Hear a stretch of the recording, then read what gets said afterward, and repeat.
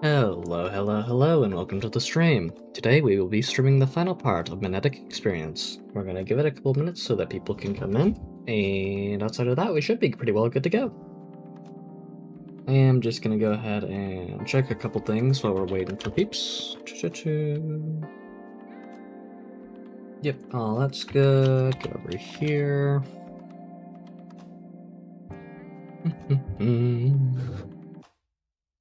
Yep, that's good as well. Everything appears to be good to go.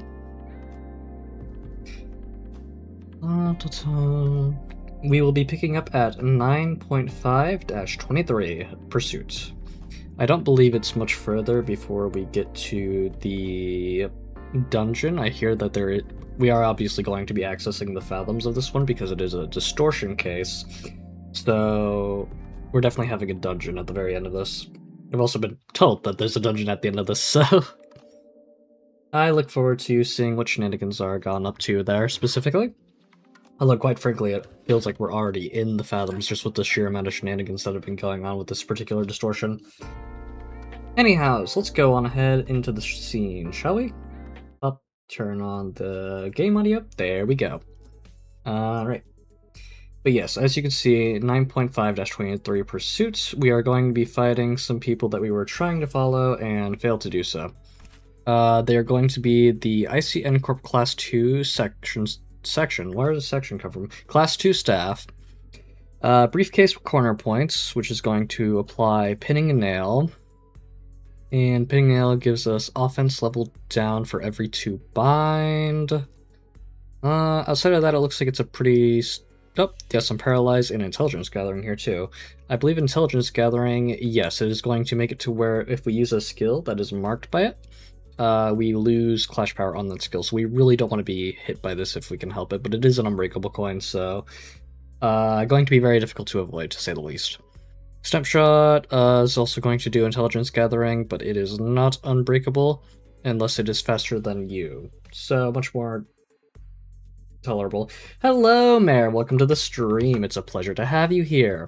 We're just looking over the units while we're waiting for it to turn to 9. Honestly, I might go ahead and get started as soon as... what are the words I'm looking for? As soon as I'm finished reading over the second goober, but I think he's pretty much going to be the same thing.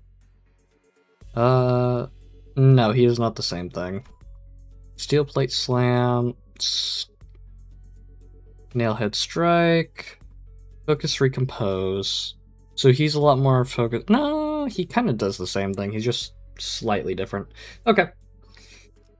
Well, with that in mind, I see no reason not to go ahead and get into it. One thing that I was forgetting to do was I needed to apply the extra support unit that we get for this. And that is going to be Ishmael. Because she's going to give us a plus 40%. Poise, poise, poise. Poise unit. And poise unit. Also poise unit. I think that's good to go. I think we're going to be down a unit, but I think that's fine because we're giving Yisong more opportunity to use his Furiosa by giving him another slot. So let's get into it, shall we?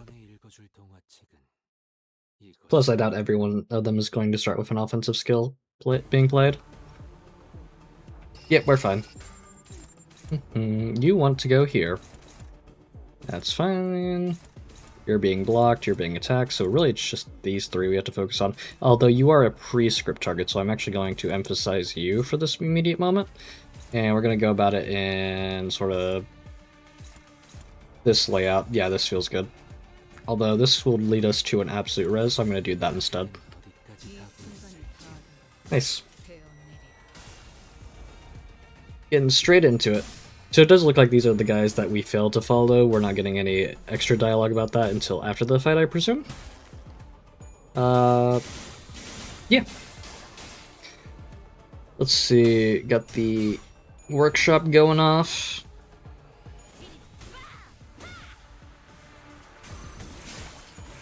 Nice. We love getting free damage. Lucent Rippling Flame is good. This is also going to be good. False Star Slayer. And we landed heads. Following them prescripts. Give me poise. I want poise. Nice. Bop. Very good hit. And that is a 14 roller, which is very strong. Nice. Love to see it. Poise in this economy? Indeed, indeed, indeed. This is the poise economy now. We only deal in poise here.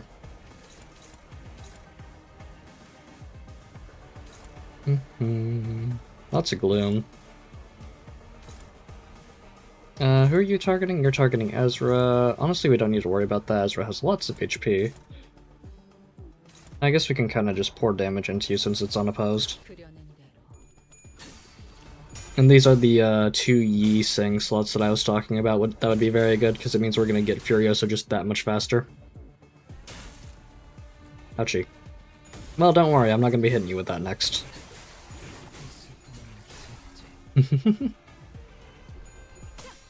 Acupuncture. Very good.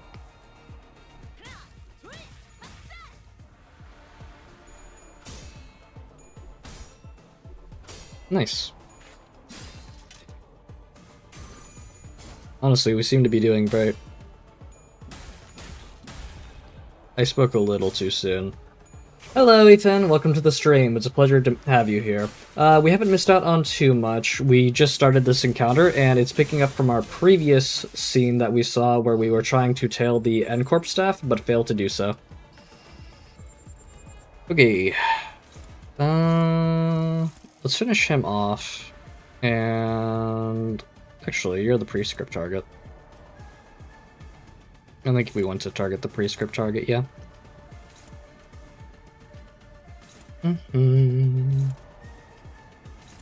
That works for me.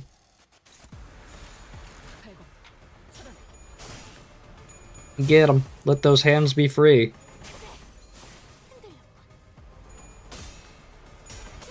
Rending Arts, very good.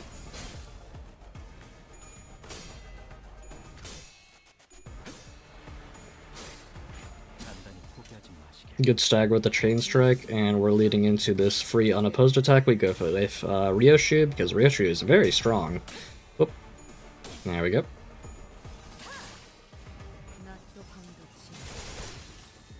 Big damage. There we go. Those are the numbers we like to see.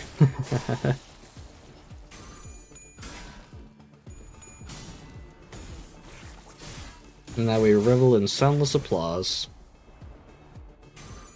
This follow-up should also do some pretty good damage. Yep, sure will. Okay, now we really want to start honing in on those pre-script targets. Also want to put you to work as well. You go here, you go here. Yep. All looks good to me.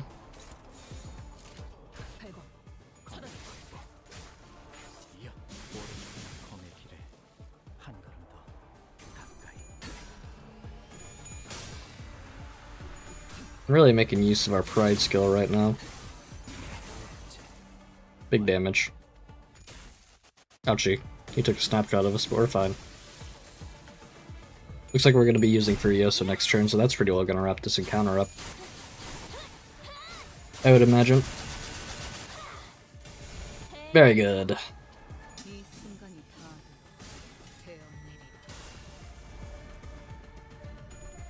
And with the triple slash, I think we're going to get Shin very soon. We should, anyway. Yeah, me thinks that will be the case. Another acupuncture hit. It is focused on, so that's a bit of an issue, but not going to be too much of one since we have a significant advantage over them right now. Yeah, these are the last 3. Okay. Let's just maximize damage on Furioso as best we can. Quite frankly. Yeah, we don't even really need to think about it. We're just gonna throw stuff everywhere and see what happens. Ouchie. That's fine. Here we go. Funny big damage.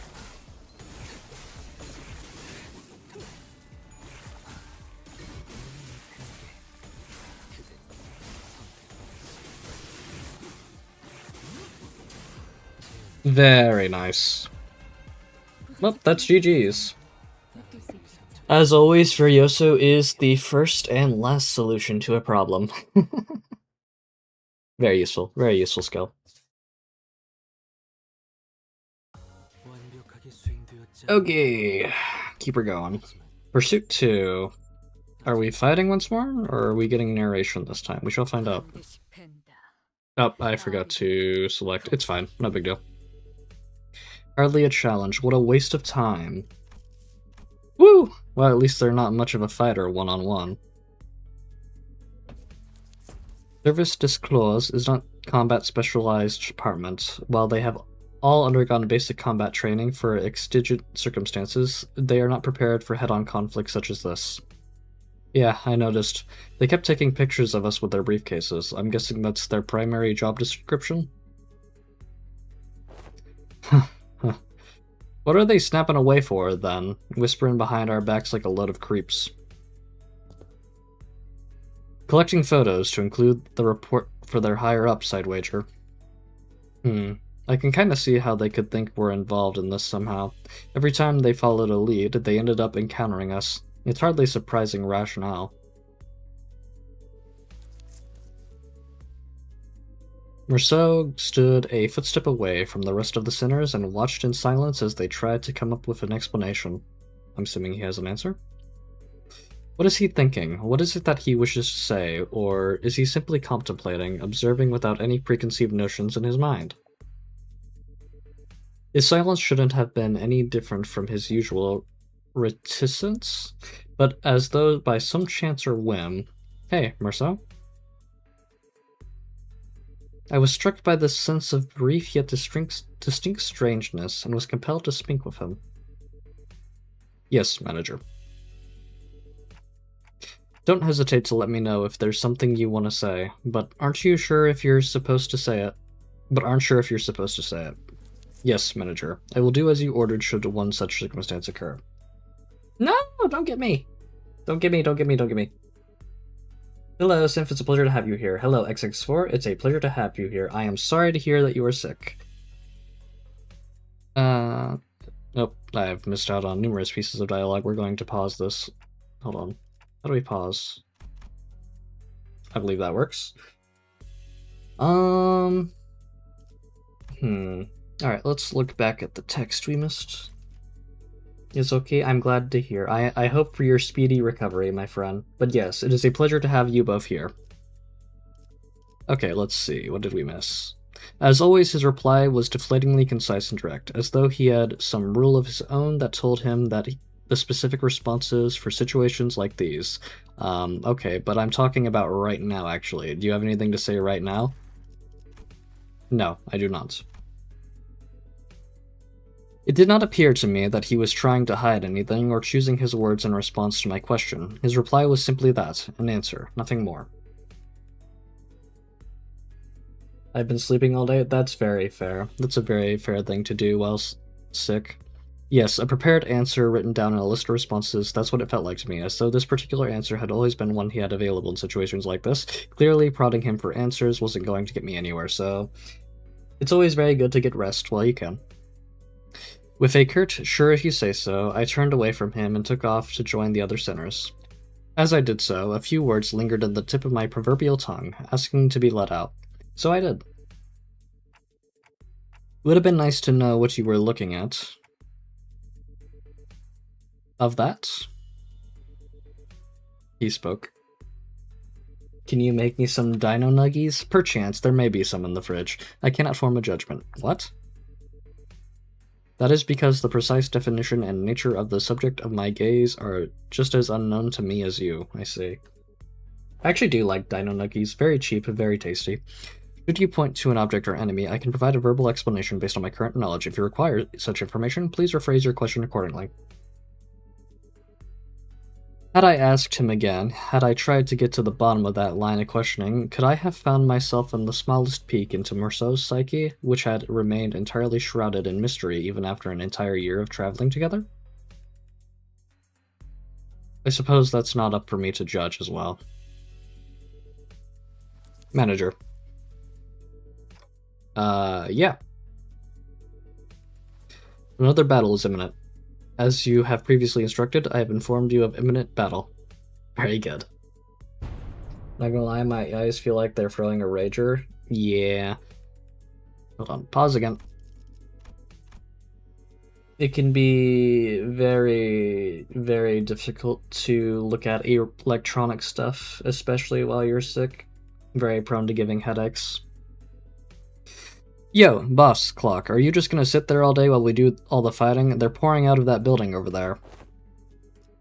So they must have been on their way to that building. Our path ahead seems clear, Executive Manager. Let us neutralize those foes and head up there. Ah, gotcha. Be right there. Very good. The brief lull of battle came to a close. And battling enemies who arrived precisely at the time Rousseau had predicted, we made our way into the building. But I have come to your stream, and I do greatly appreciate that. That being said, if you do feel the need to get some rest, and if it starts bothering you too much, please do so. Your health is more important than my streams. Them blokes we fought downstairs must have been the weaker ones of the bunch. How does N-Corp have so many guys on their payroll? There's no end to them. Haha, it is a wing after all. Are these the taboo violators? I thought the culprit worked alone. No, I'm quite certain they're the ones from the subsequent reports. The N-Corp fixers appeared just as confused as we were. I need proof. I'm unsure how to prove that, I am just certain of it.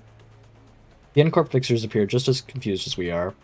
It was clear to me that they were expecting to find the taboo violator here, not a big group of dozen or so people. What were they thinking, sending fodder like us to deal with an organized taboo violation? They should have sent taboo hunters here instead. Why do you think they told us to consume canned experiences containing mass melee combat? They must have thought our current manpower would suffice to deal with this. I don't know about that. Wait, wasn't there an extra report that one of them's, all of a sudden, with a click, the room began to buzz with a metallic whir of some kind of machinery. Oh, that's the projector! Okay, bet, let's go. We're ready for this. And immediately, I could tell what it was. Distortion. Standing in the middle of the shabby room was a device I wasn't sure if I had seen before. Its exterior was plastered with strange shapes that looked similar to what we saw on the Chunokons' faces in our earlier battle, making it difficult to grasp its full shape. The round object affixed to it began to rotate slowly, with the dull, worn-out groan of a thing past its prime. Men! Shield your eyes! The moment it began to emit a faint ray of light, Otis thundered in commanding voice. Gah! I quickly turned away as well, making sure not to catch even a glimpse of it. The device could be playing a recorded video, Executive Manager. Even a brief look at it could constitute a taboo violation. I saw that. I'm so finished. Just as panic began creeping into the voices of several unlucky individuals. Oh man. Folks, this is starting to get a little embarrassing. A sleepy voice breaks through the darkness past my, metaphorically speaking, shut eyes. Limbus companion, indeed. They are currently avoiding the taboo of doom and despair. Mentor? Eyes open, Ingdu. What's wrong with everyone? Got dust in your eyes? What's wrong with you? Don't you know that anyone who watches even a split second of a recorded video in N-Corp gets... Of course I know. But I watched it anyway. Open your eyes, esteemed fellows. This motion picture isn't recorded. Hang on, he's right. That video's not a recording. Possibly emboldened by Kin's comment, or perhaps believing that seeing the video could be excused as incidental exposure incurred when subduing violators, the N-Corp employees also opened their eyes and began to mutter among themselves. Is that thing talking to us? I finally allowed myself a good look at the machine, which was firing a conical beam of light against the side of a wall. And this was its message, delivered via white words on a black background. So you've tracked me down this far. After what I went through to take refuge in here, they still ended up finding this place. All of you blindly consuming fake experience after fake experience without even a care about the real ding. Sorry. Case number TC3224. You're under suspicion of a Category 3 violation. I've been sleeping to Jacksepticeye's Turbo Dismount and Skate 3 series. Skate's a very good game, I will say. I don't know if I've played it personally, but it looks super fun. Reveal yourself now and forfeit your illegal recordings. Should you comply, we will. What is foolery but witless buffoonery in the absence of fools? The hollowed vessel, bereft of all but lingering delusions, grants not even a brule of echo to the dogged exhortation of tools. What's this fella on about? If you mean to obstruct our official duties, we won't hesitate to use force. Without even so much as turning around, Bamboo-Headed Kim raised his sword and parried away the N-Corp employee's nail-shaped weapon. I'm only speaking as my whim guides me, my dear fellows. No need to get so huffy. I only aim to say that this abomination has no consciousness. After what I went through to take refuge in here, they still ended up finding this place. All of you blindly consuming fake experiences after fake experience without even a care about the real thing. It's repeating the same sentences over and over. Now that does make me wonder, was I just as far gone when I distorted past all words and reason? I mean, if anyone had an answer to that question, it'd be you folks, right? Kim said nothing more. He turned to a piercing look on us, all while effortlessly swatting away the N-Corp employee's attacks. As though he was goading us into telling him the truth. Well, don't suppose there's any point in asking. I am no different from this abomination. Just as it wields that contraption, I must have wielded the only thing I have really known, the blade, transforming into a mindless fiend consumed by a mere tool, cleaving for both friend and foe, unrestrained. Hey, Junior, are you still on about that? I tried to avert my eyes, I truly did, but such disregard is easier said than done. How can I, when that distorted being has no qualms showing me that... Doesn't he know how rude the unsolicited reflecting of the fathoms of one's heart is? That's got to be illegal or something. Illegal, I say. It's just me in chat, Rutro. Yeah, it be like that sometimes. It's okay, though. They are simply silently observing and listening to the reading. And that's perfectly fair. Turning a customer into a thug on a protection racket run, a mere ant before a car in motion to a swerving driver. Conjuring dead followers before the eyes of their mentor, simply unconscionable, rude as hell, as some might say. My poor heart almost burst out of my chest, courtesy of you. All of you, blindly consuming fake experiences after fake experience without even a care about the real thing. In that split second, I think I saw Marceau's eyebrow switch. A battle is imminent, manager. I'm grinding my mirror dungeon while watching. Fairs, extremely fairs. Just a natural response to sensing an intimate battle, perhaps? Well, definitely not a sense. It's very, very apparent. A blinding flash, followed by an explosive bang. My vision immediately went white and decided to take its time coming back. And when it did, the first thing that came into view was a particularly unsettling landscape of S-Corp, followed by Bamboo-Headed Kim, surrounded by a small army of Chonokon. Mentor! Keep that up and you'll shut me deaf, Fangdu. Isn't it about time we both grew accustomed to such sights? Mentor, still do I wake from these dreams drenched in cold sweat, that they might bind and drag you away. This isn't so bad, is it? It's just these folks so far, unlike earlier when... Another flash. What was that? What was that? Everything went dark. I don't understand what's happening, but first things first, we have to neutralize everyone here and get our mission back on track. Adjusting projection. I've been straying far and wandering all day for this exact reason, and... So was its mechanism. Faust, I should say. The words began to shift rapidly before I had a chance to ask Faust what she had meant. To the one who finds comfort settling in lies, I give you what most deserved your gaze. Bollocks, I'll be blind before today's over at this rate. It changed. It did? Unlike the earlier instance, one of the distortions is different from the others. As Marceau's identified, there was something different about the group of Chinokan. This time, they were accompanied by someone else. A warrior in impressive armor, wielding a sword that was just as tall. That armor, and that great Huando of the Sal Circle. To be reunited in such a manner. The warrior drew a bow that hung from the waistguard and knocked an arrow. Arrow. I suppose this is how it would have gone down, had you been the one to grab me. Military Commissioner in Gyeong. Yup. How do you fare, friend? At the signal, arrows loosing, seized the accused. The warrior loosened the knocked arrow, which soared in the sky with a piercing whistle, and with that air-splitting sound as the air cue, the Chinookan began to swarm us. Alright, into combat we go. Woo! Focused encounter. I do wish I would have brought in... Oh, I need to rethink this. Hold on. We are going to give up really quick so I can properly assort my team. There are many things which must be corrected. I got used to doing the unfocused encounters. Okay, here, real quick. Let's adjust. So we know we want...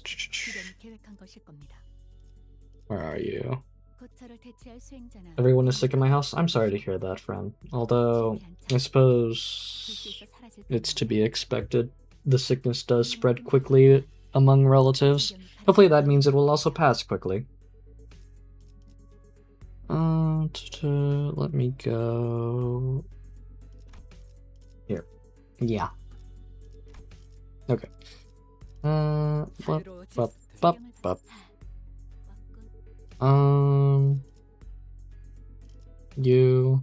You, and who do I stand to benefit most from being here? Probably you, right? Meaning next we would want to bring in these units, and then we can bring in these units. Oh, actually, no, wait, I don't stand to benefit most from bringing you here. I stand most to bring... you. Now we can bring the rest.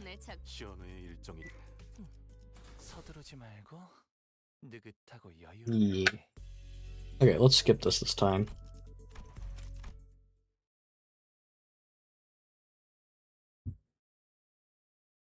Okay, into the combat we go, and this time I've properly organized everything.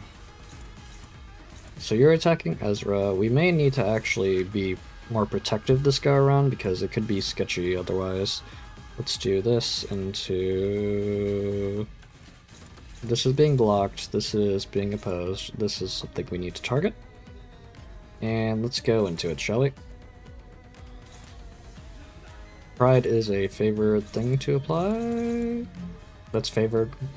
And it's also very high priority to break that.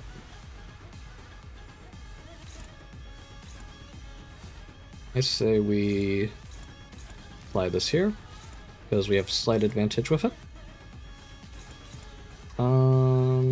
No advantage to be spoken of here. We can offset this, and then we can go for an attack here. It looks to be everything in order. Ouch. Not the greatest opener we could have had, but it could have been worse. Also not the greatest opener we could have had, but it can still be worse. It is now worse.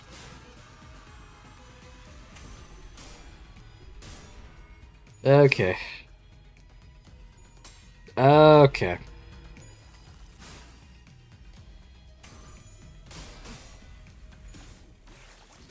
Hopefully this sinking will be of some use to us here.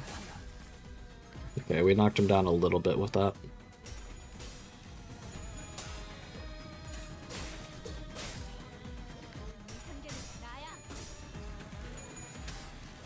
It did in fact get a little bit worse than it was, I must admit.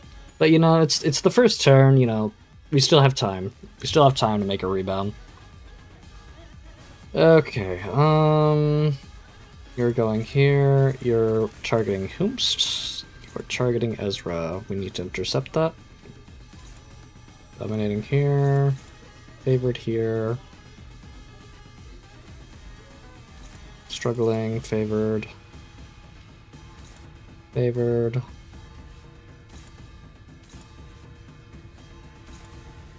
Favored here. Favored here. And we don't really have a choice but to lob someone there, at the very least. Okay, there we go.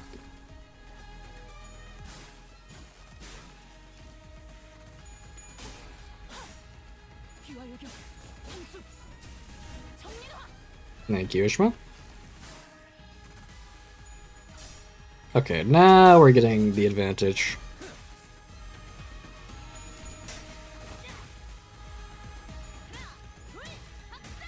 See, it was just a bad first turn. You can always make a recovery. 99% of gamblers quit before they win it big, don't you know? Ouchie. It's fine.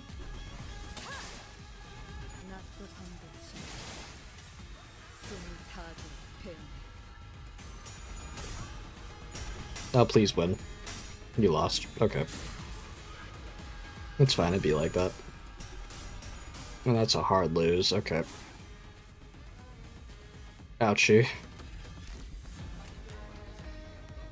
Let's see, this is going towards you, we need to contest that. This is going towards Ryoshu, so this will also be something we want to contest.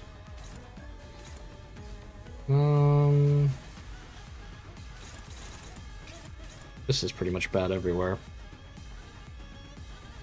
I guess you can hide behind one of the moves. Here, you can hide behind Faust's move. That works. And then we need to contest this, and we also need to contest this as well.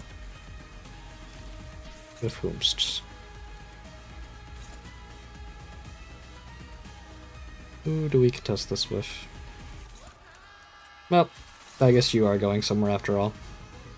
My sincerest apologies. Alright.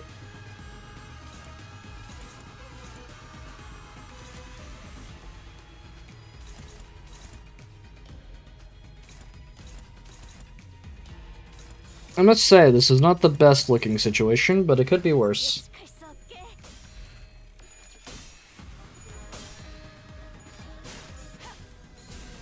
Ooh, big damage. I accidentally removed something you were contesting. Oopsie. It's fine, though we do want you to take the counter hits.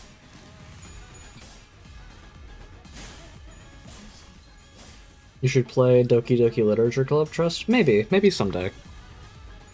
No promises. Very good work.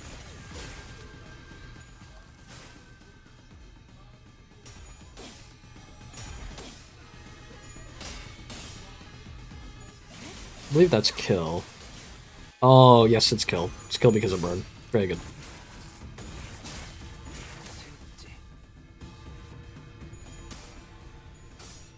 Ooh, we did win that. Nice.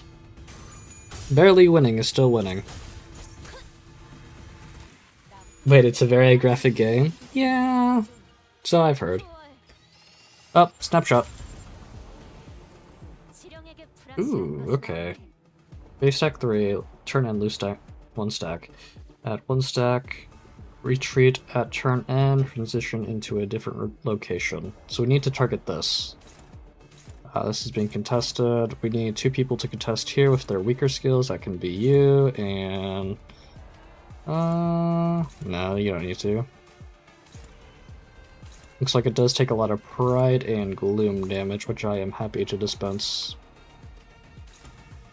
And who are you targeting? With what? You're targeting Ishmael. I guess we can relocate Ishmael there. Then rely on this here. Okay, works for me. This looks like everyone's gained SP. Good. Bad. It's fine, we weren't really trying to beat you anyway.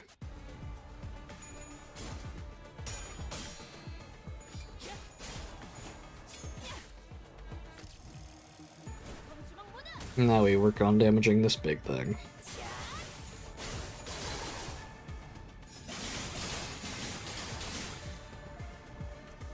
Should be able to melt through it relatively easily.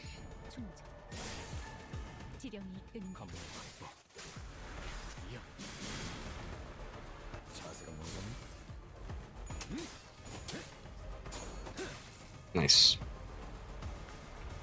It looks like they're gaining SP the longer this goes on. So that's being contested. We also want to use this attack here.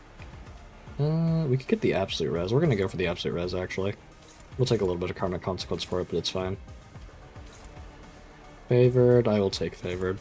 Favored is fine. Alright, here we go. Ah, you are being smarter for me. I just full sended everything at the projector. Fair, fair. Okay, looks like we beat it. Yeah, we beat it. Nice. Okay. Back into the fight we go. Ishmael goes here. This is being handled. Ezra needs help here. I will help with the favored, actually, there. Because we need people working on stuff. Struggling. Neutral. I think neutral's about the best we're gonna get with that.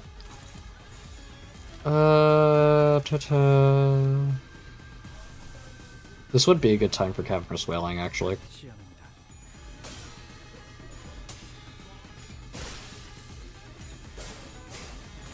Indeed, indeed. Very good message.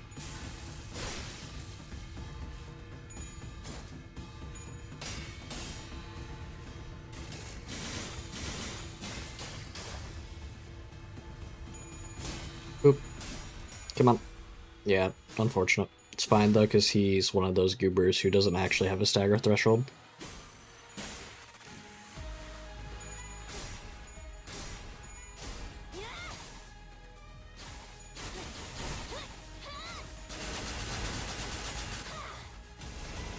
Nice. Tiger hunts. We are going to need healing here soon, but for right now we're fine. The Night's Owl. Don't mind if I do.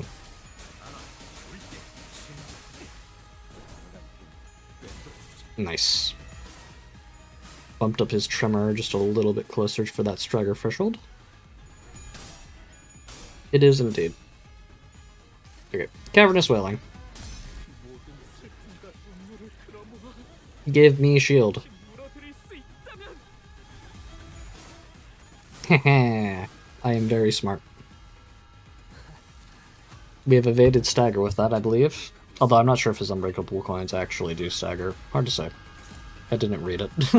I should have read it, but I didn't read it. So the only thing we don't have to deal with, well, we have to deal with the rest of this, actually.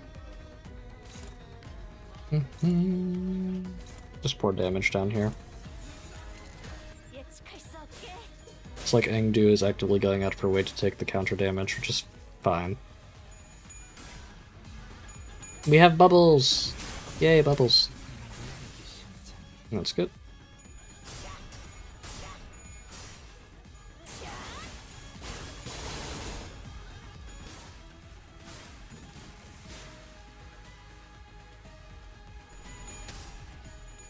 It's okay, we got bubbles.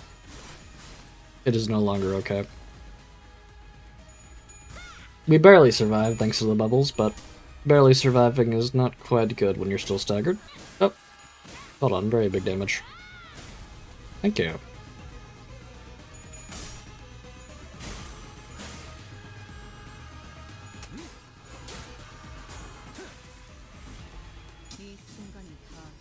There we go. Looks like she's going to be avenging her apprentice. His shield is going down. I bet his shield is at end of the encounter. I don't think we beat him here.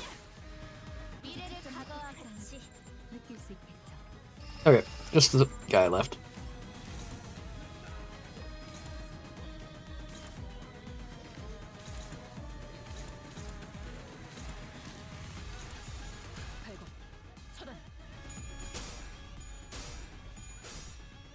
Very good rending arts. Ooh, okay. Even the balance. Nice.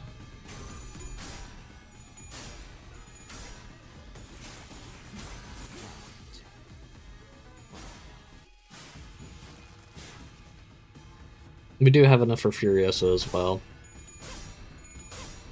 I don't know if he's going to do any crazy big attacks or not, but we'll see.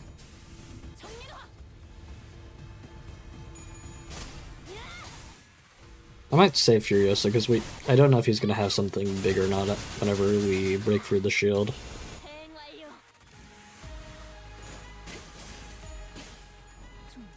And we're doing just fine, honestly.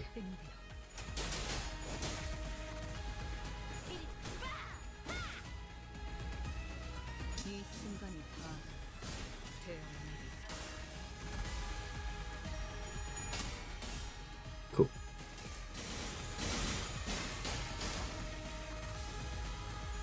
Yep, you also got the run space. Nice. Big damage coming up. About 100? Nope.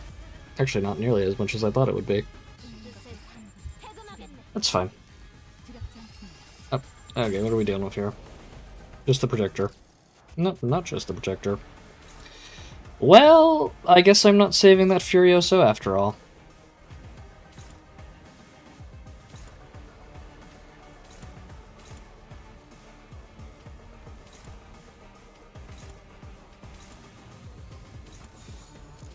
Should I say Furioso? Let me think. Where are you going? You're dealing with that. Actually, hold on, that's being silly. We want to save that Wrath Resonance. My niece is doom scrolling at 8, what do I do? Very good question, I am unsure. Is there anything you can do pertaining to the matter?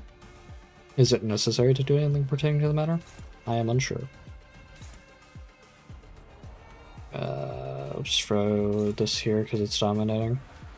Okay, let's use these other skills to attack here and let's save the Furiosa. Maybe we want to use our ego. Nope, we were fine. We're actually maxed.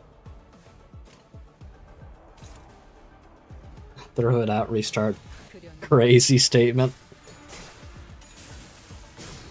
Ooh, thank you, Engdu. I was wondering where your attack was.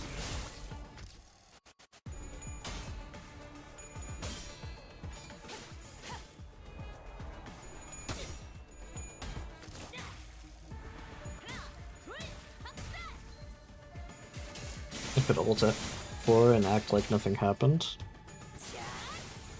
Whatever you believe is best.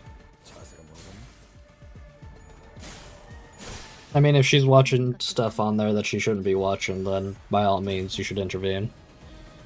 But if she's not doing anything, then I see no reason why to intervene. Honestly, I think this would be a good time to use Furiosa.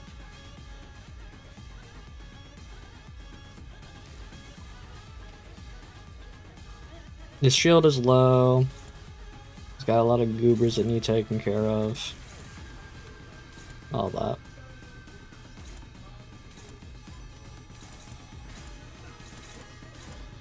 Let's see if anything's... the block is being attacked, okay.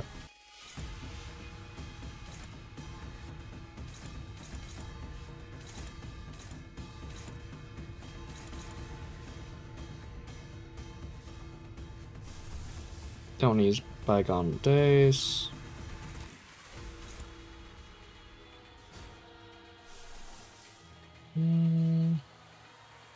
Could. No. Definitely no. What does a pending day look like? Ooh, it's dominating. Okay, that works. Not quite a Wrath Resonance, but very close. I low-key just made Ariashu kill everyone and then win rate. That's a fair way to approach it. I prefer not to have Ryoshu kill everyone because I like to give everyone a chance to use their moves. But I completely understand that approach. Alright, here we go, Furiosa time. Big damage.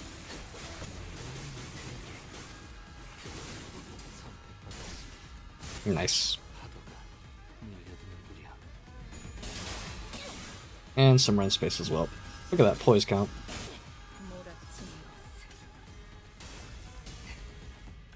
This is my last stream for the intervallo today, because it is a 3-part intervallo. It is not my last stream entirely, no, no, no. I will be streaming after this.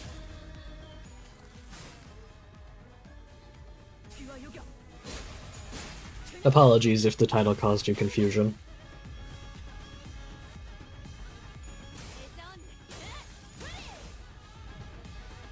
Yeah, we're good. Don't worry. This might actually kill my Sinclair. We'll see.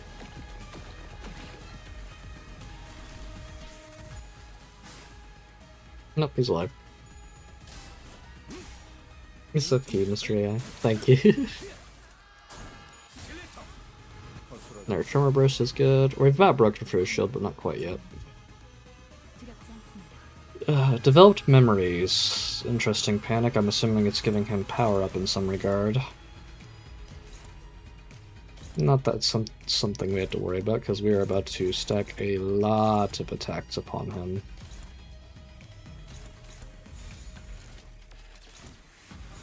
Which one was dominating? I don't think any of these were dominating. We'll do this one.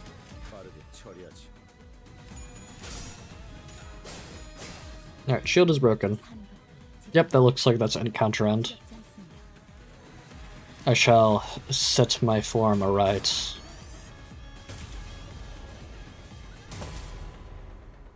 Just a little more, and I think we might be able to smash that dang thing to smithereens, but...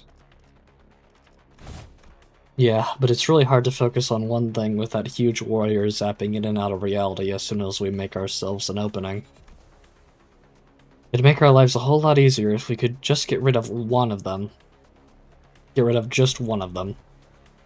The battle seemed to be taking a toll on the sinners, more so than usual. It wasn't that we were up against an insurmountable foe, not even close, not to mention how Ezra and Engdu were here to help us out. But... haven't they had enough? About time they gave up, innit? Oi, don't you go legging it again. That big sword-carrying fella sure is kicking our butts, but... I don't know if they're the key to solving this distortion. We ain't exactly flush with options, are we? Our exit's blocked, and it ain't like we can stop mid-fight to strategize. With the battlefield constantly shifting and flashing between N-Corp and S-Corp, we simply did not have the breathing room to focus on either the projector or Im Gyeong Eop, who was swinging that great blade with frightening force. Besides... Engdu, go cover his back, too. My fluffy cat has autism. Oh. What is the fluffy cat's name? It shall be done. N-Corp was sending far too many people against us. There weren't that many at first, but it seemed that the sudden spike in employee casualties in an area so close to the nest had alerted N-Corp to our location. How do we get out of this? Faust? Otis? Help me out here. I decided to stop racking my brain trying to navigate a situation I know so little about, and instead rely on the sinners with possibly more experience in the field. Smokey? Smokey's a cute name, I like that. First, I need to know if there's any way we can deal with this endless reinforcements N-Corp is sending after us. And second, will defeating Im Gyeong Eop or destroying that projector bring an end to this distortion phenomenon? If I may speak freely, Executive Manager, it's unlikely that our present force will be sufficient to overcome the current rate of enemy reinforcements. Not only is this battlefield situated in close proximity to the enemy stronghold, but there is an unpredictable variable in that strange machine that makes neutralizing even a single wave of enemies difficult. I regret to be the bearer of bad news, but we are trapped in a battlefield with but a single exit, which the enemies have already blocked. Without reinforcements of our own, there is little hope of prevailing through this current predicament. Hello, Carman! Welcome to the stream. It's a pleasure to have you here. Because he was getting smoked by stray dogs when I found him. Oh! Well, I'm glad that you found him and got him out of that situation, to say the very least.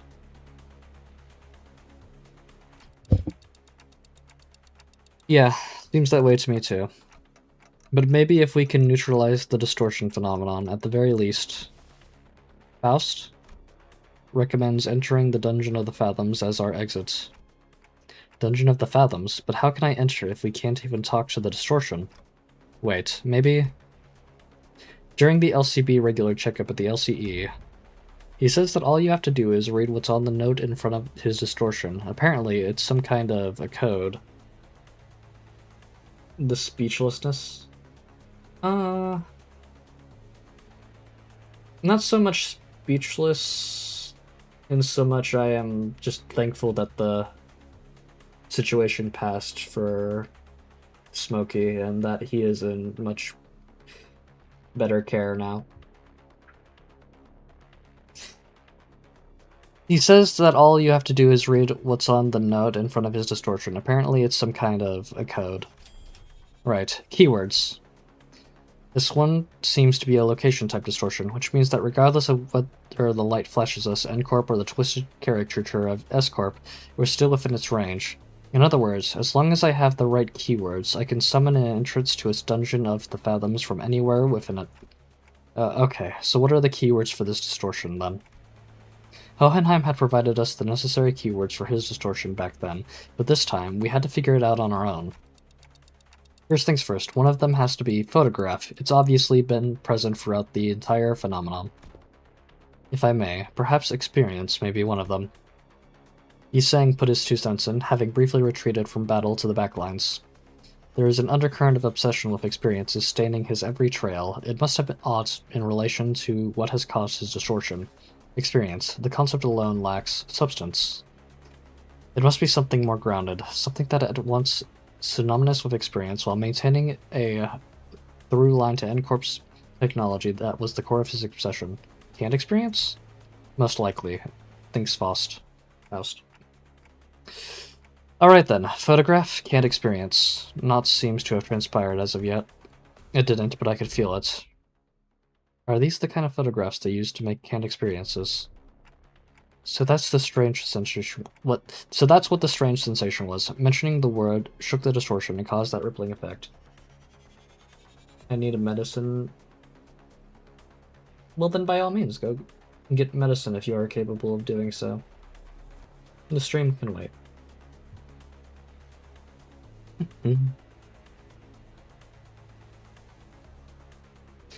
So that's what the strange sensation was. Mentioning that word shook the distortion and caused that rippling effect. But it was clearly not enough to force open the dungeon of the Fathoms. How many other keywords could there be? Scraps. Sorry? Oh, I thought we were all taking turns sharing what might have caused him to distort. And going by the way you folks were saying your piece one after another, I thought this was to be some sort of a Zen riddle. Not a Zen riddle, no, but where'd scraps come from? See, when enjoying the benefits of slacking off at work, all kinds of mundanities come to possess far more interesting qualities, sometimes even revealing secrets invisible to eyes focused elsewhere.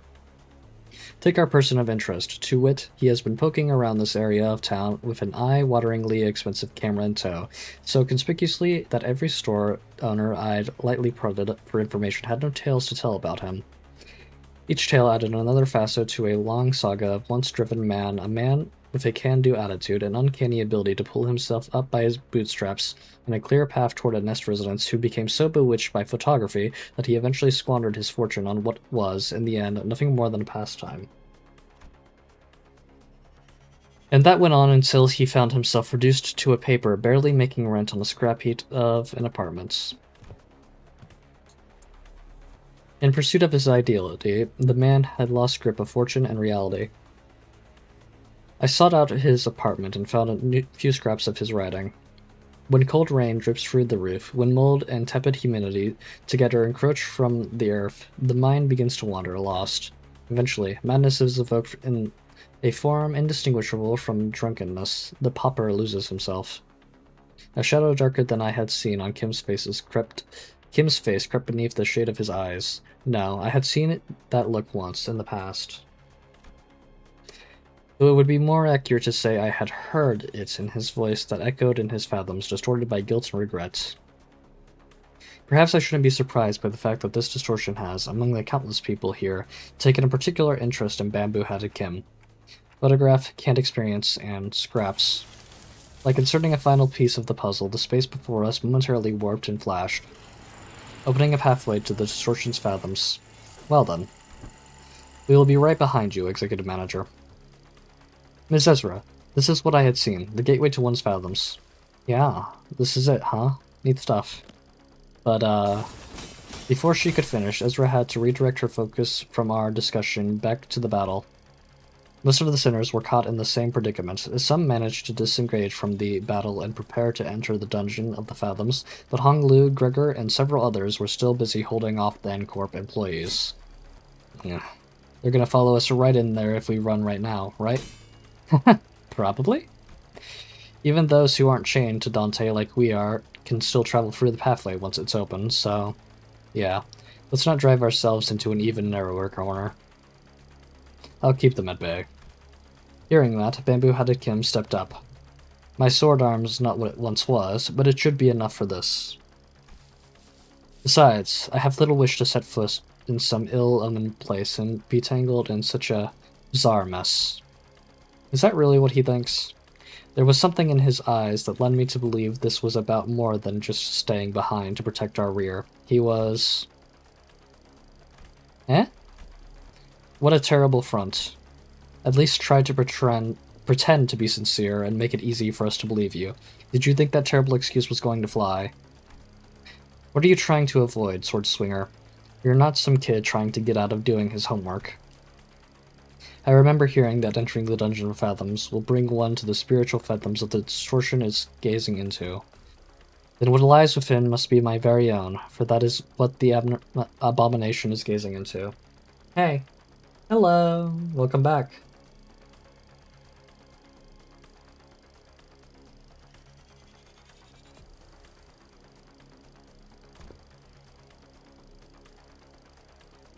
It's decided, then. You're coming with us.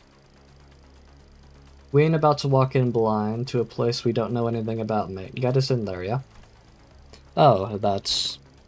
He keeps it simple. You try that too. Learn the hard way that homework, like summer reading, doesn't go away just because you don't look at it. It's still there. Oh, I'm doing well, friend. I'm just continuing to read off the stuffs here. Ruining the last day of your vacation into an all-nighter. Arya Shiku's scabbard vibrated cheerfully in agreement. Stop procrastinating. Go do your summer reading. What was it you said? Face the homework, save the GPA? Grade point average. Face the sin, save the ego. It is, after all, the attitude the company expects of its employees.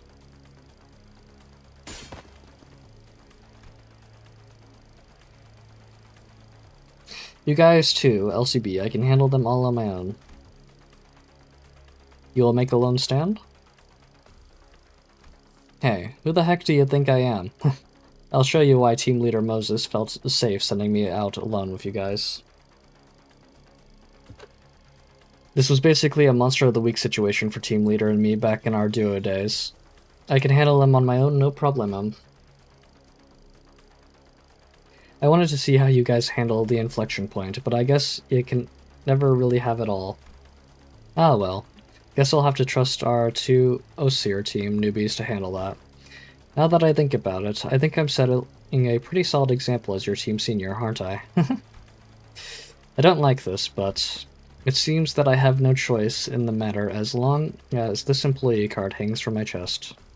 With a sigh, Kim shook his head and joined us, dragging his feet all the while.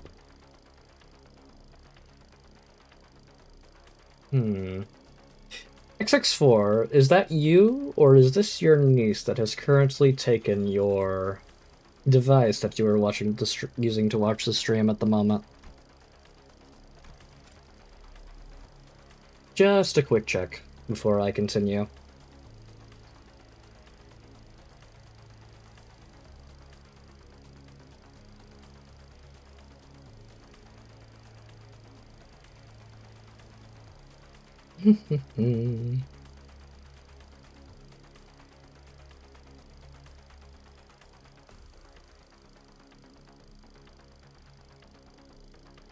I believe Hello. So, is this you, XX4, or is this your niece speaking in my chat right now? Just a quick check.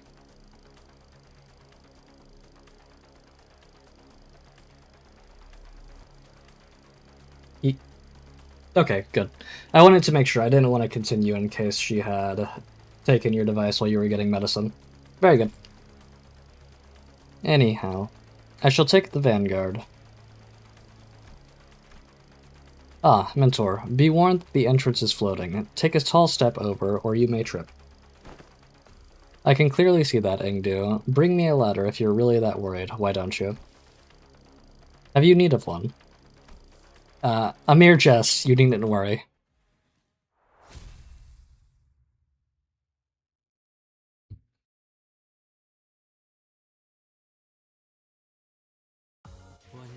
The pills I had to take were way bigger than they needed to be. Oh, I'm sorry to hear that. That's awful. Were you able to take some water along with it, I would imagine? Okay, good. Alright, we can get rid of the rest of this, and we can focus straight on the fathoms. During the final stretch of each... Okay. Am I okay with this, or do I want to bring a support unit? We do want to bring a support unit. I know which one I want to bring. We want to bring... Hang on, I had to play with it a little to get it to work. Gamin. Give me what I want. There it is. Water makes me throw up, sadly. Oh. I'm sorry to hear that.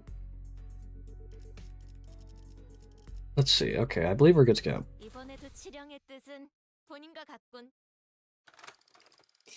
If that's how everyone's been living, then my life, my photographs too. So this is S-Corp 2, right? It is. Reminiscent of my homeland, but the sights are much too hideous compared to what rests in my memories. Hideous was apt. When we emerged from the entrance of the dungeon into S-Corp streets, what greeted us was a distorted and eerie scene I wouldn't be surprised to find in an S-Corp-themed haunted mansion. 'Tis a place hardly fit for human habitation, far more dilapidated than once expected. Thou sayest the people inhabit these lands for truth? Really? I think it has a cool vibe. Vibe's my foot. I don't think I'll be able to get a wink of sleep in here. The lives of the downtrodden were beset by 1,000 woes and tenfold more struggles, and the streets they inhabit reflect that reality. Many times I had contemplated in concentration to how the folk here had even the will to live on. The shadow that had begun to haunt Kim's face still lingered there as he looked around. You should do a horror stream? Perhaps at one point. I have gotten that recommendation before. I'll have to look into horror games, though. If the distortion reveals the fathoms of those it gazes into, as Kim had said, perhaps this is how S-Corp is reflected in Kim's eyes. On the days when the skies were spotless blue, and without orders from the counselor, I would scale to the roof of that thatch-roofed house and feel its rustle beneath my back as I lay upon it. Evil laughter? Oh no. Mayor might have something specific in mind. I thought it to be a respite solely mine, yet in this mirror world, another has walked here before my arrival. I joined him in looking up at that thatched roof of the Choga. Beneath it, a wicked tunnel have I passed, and now I witness myself before the one who shall strike the head from my torso. There was a figure standing tall next to the building, staring defiantly up toward the man on the straw roof. I'm Gyeong Gyop. Are you home? Are you home? I asked. What a strange visitor I have. Why not call at the front gate if you come seeking the master of the house? Be not like a dog barking up the wrong tree. It's unbecoming.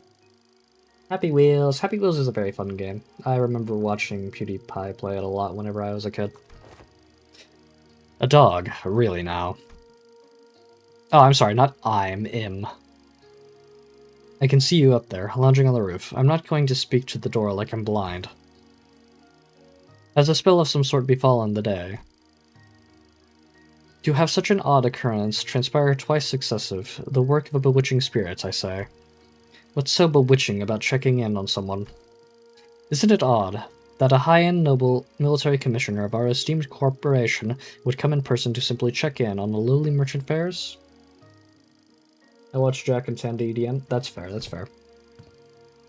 You know me? She certainly knows her jests.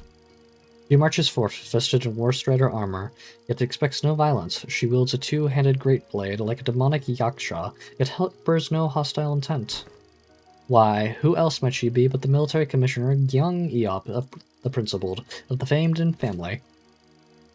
You are certainly in the habit of speaking in hyperbole. I'm not so noble that I deserve to be complimented with an epithet so grand as the principled. Not a compliment, you see, Commissioner. This is a rhetorical technique known as a backhanded compliment, in which I curse you with praise, for you are so bound by your precious principles that you would rather be unreasonable than betray them. Does an officer ranked second ordinate have no wit to engage in such banter?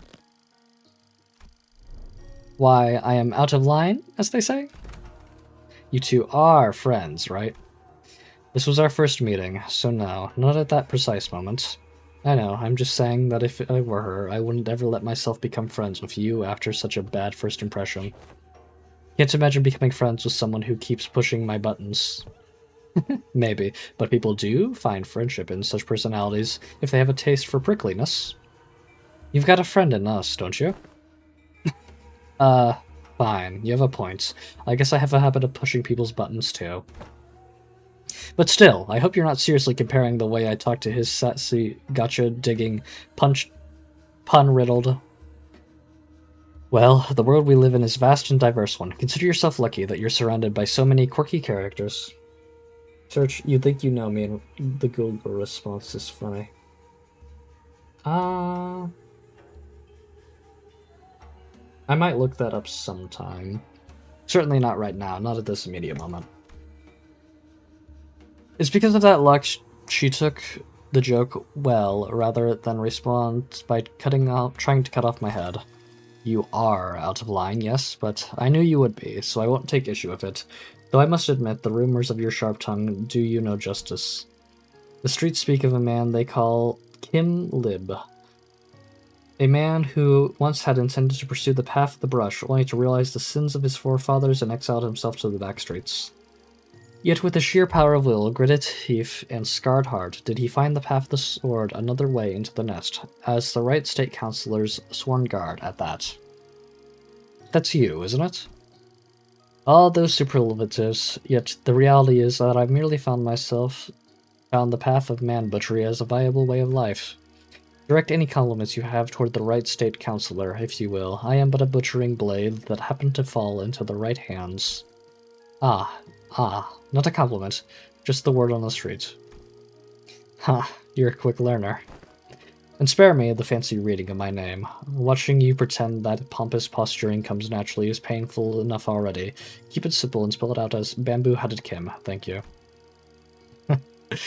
And does he continue to veer away from the line? I'd rather be a corpse cold and dead than stay in line. Have a shred of mercy on me, O mighty one. If I'd come all this way here just to punish you for every little misdeed and ill manners, I would have laid you and split you in two, 3 ways before this riveting dialogue brought us this far. So, feel safe to continue traipsing outside the line, but in return, would you answer a few of my questions? I've been watching you from a distance for a while now, and... Really, stalking someone's not very principled of you. You sure she didn't give you a good wallop after that? No, truly a mystery, isn't it? Besides, she did give me free rein to continue trapeizing out of the line. I couldn't in good conscience turn down such offers of kindness, not that I ever do. You sure have a way with words, a way with finding your way under the listener's skin, huh? Perhaps, yet such japes are not to be expected among fellowships of close mutual bond? They don't look like friends yet, though. So, care to tell us why she's been watching you? I was engaged in the age-old pastime of throwing rocks. Oh, you speak of the game of rock-tossing. Save them for festivities at Donna. I was throwing rocks at passerbys. Fie on thee! That is a wrong deed, good sir. I suppose it is. People of bone and flesh in particular found it to be distasteful, and they did not let their discontent be hidden.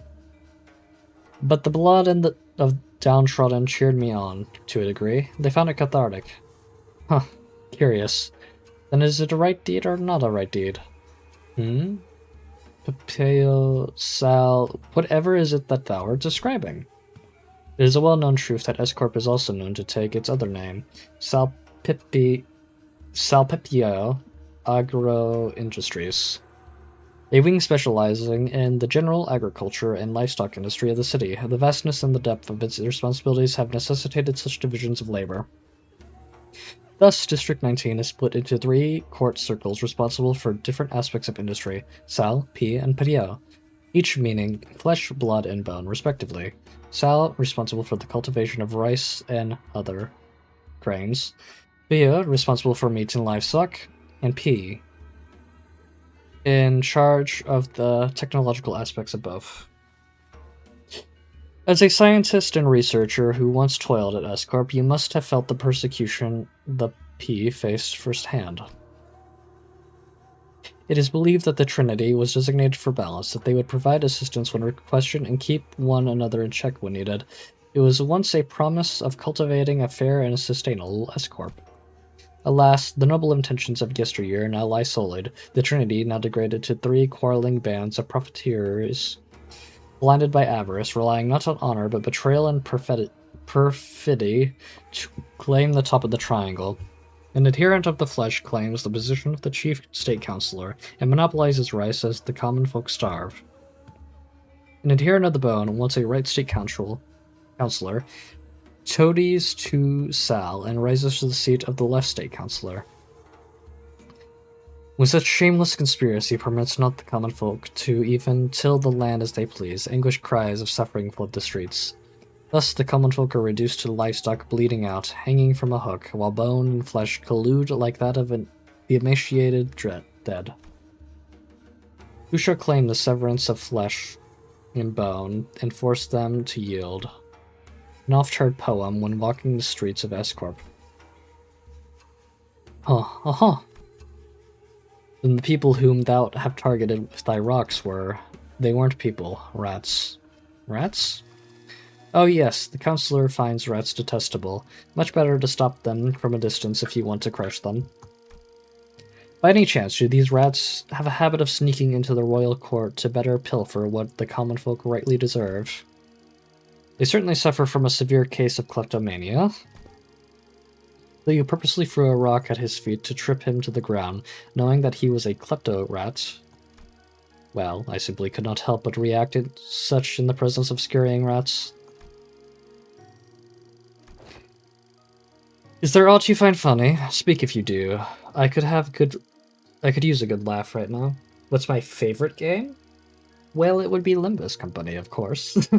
I do thoroughly enjoy the Project Moon games. I've continued playing Library of Ruin off-screen, and I'm rapidly consuming as much knowledge of the world as I can pertaining to it.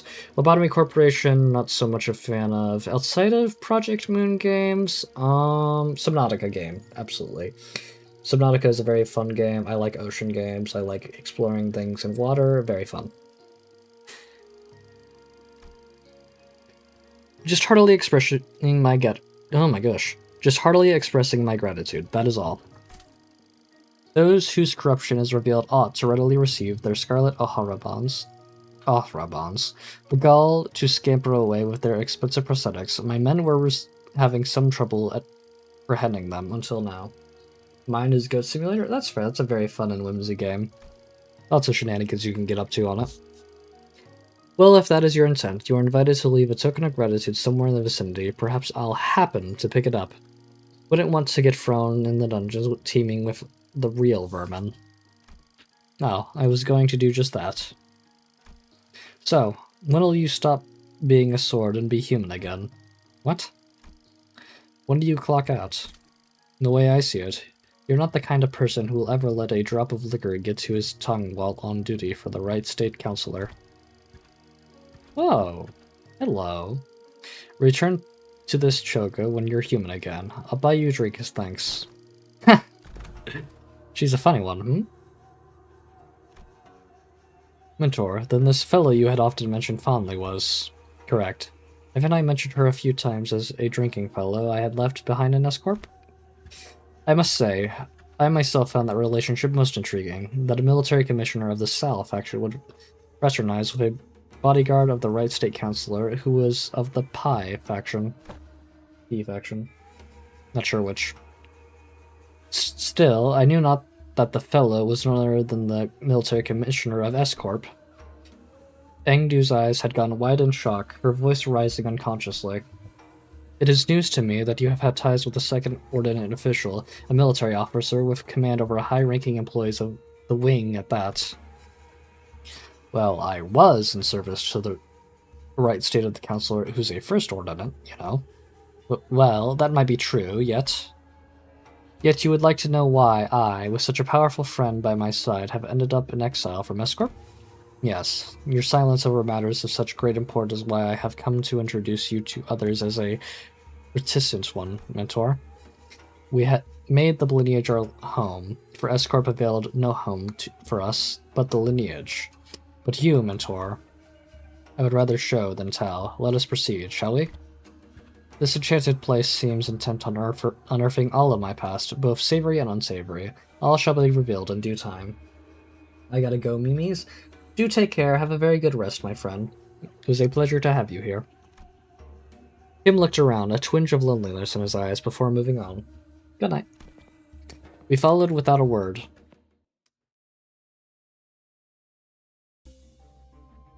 We know this. Okay. We emerged into a dark and muggy cavern, filled with air so stale it almost felt stifling. Up ahead, a thin ray of light shone through the darkness, seemingly guiding our path. Following the light led us to a four-way fork in the road. A constant, powerful gust howled through one of the paths, another was filled with metallic tang and the smell of blood. Then there was a path that was entirely silent. The last one echoed with the harsh noise of a sword striking against a sword. Which path should we choose? I say the one with clashing swords. Just how many people are fighting up there? We must proceed with caution, Executive Manager. There may be a battle underway. The sinners all looked disconcerted at the strident noise of metal against metal. It was an unmistakable sound of battle.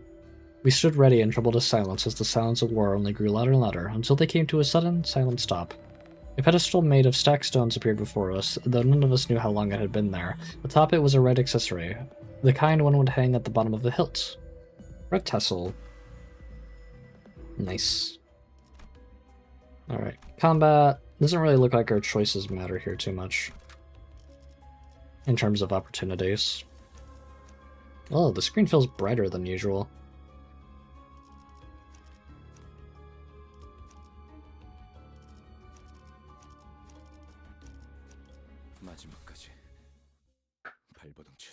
Or my eyes a little bit. Alright, onward we go. Ooh, that's a chance for Pride Opposite Resonance. I say we take it.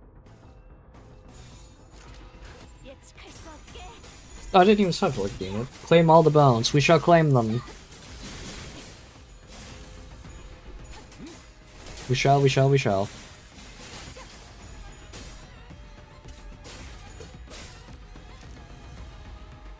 Let's take a look at these goobers. Ah, they are Blade Lineage Salsus. I see.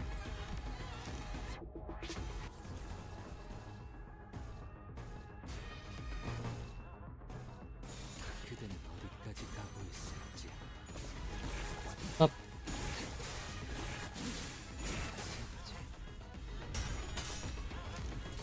Oh, look, he's here. Nice. He finally locked in. Well, he's been locked in, but he's finally on field with us.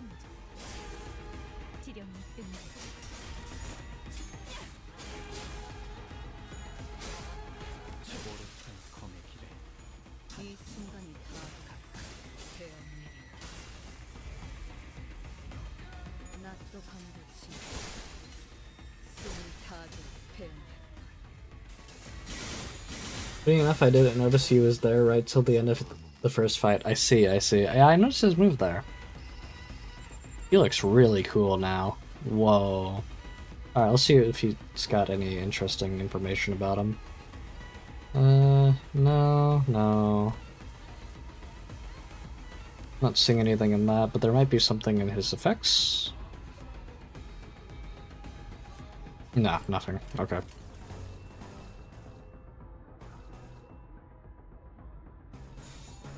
Better than nothing.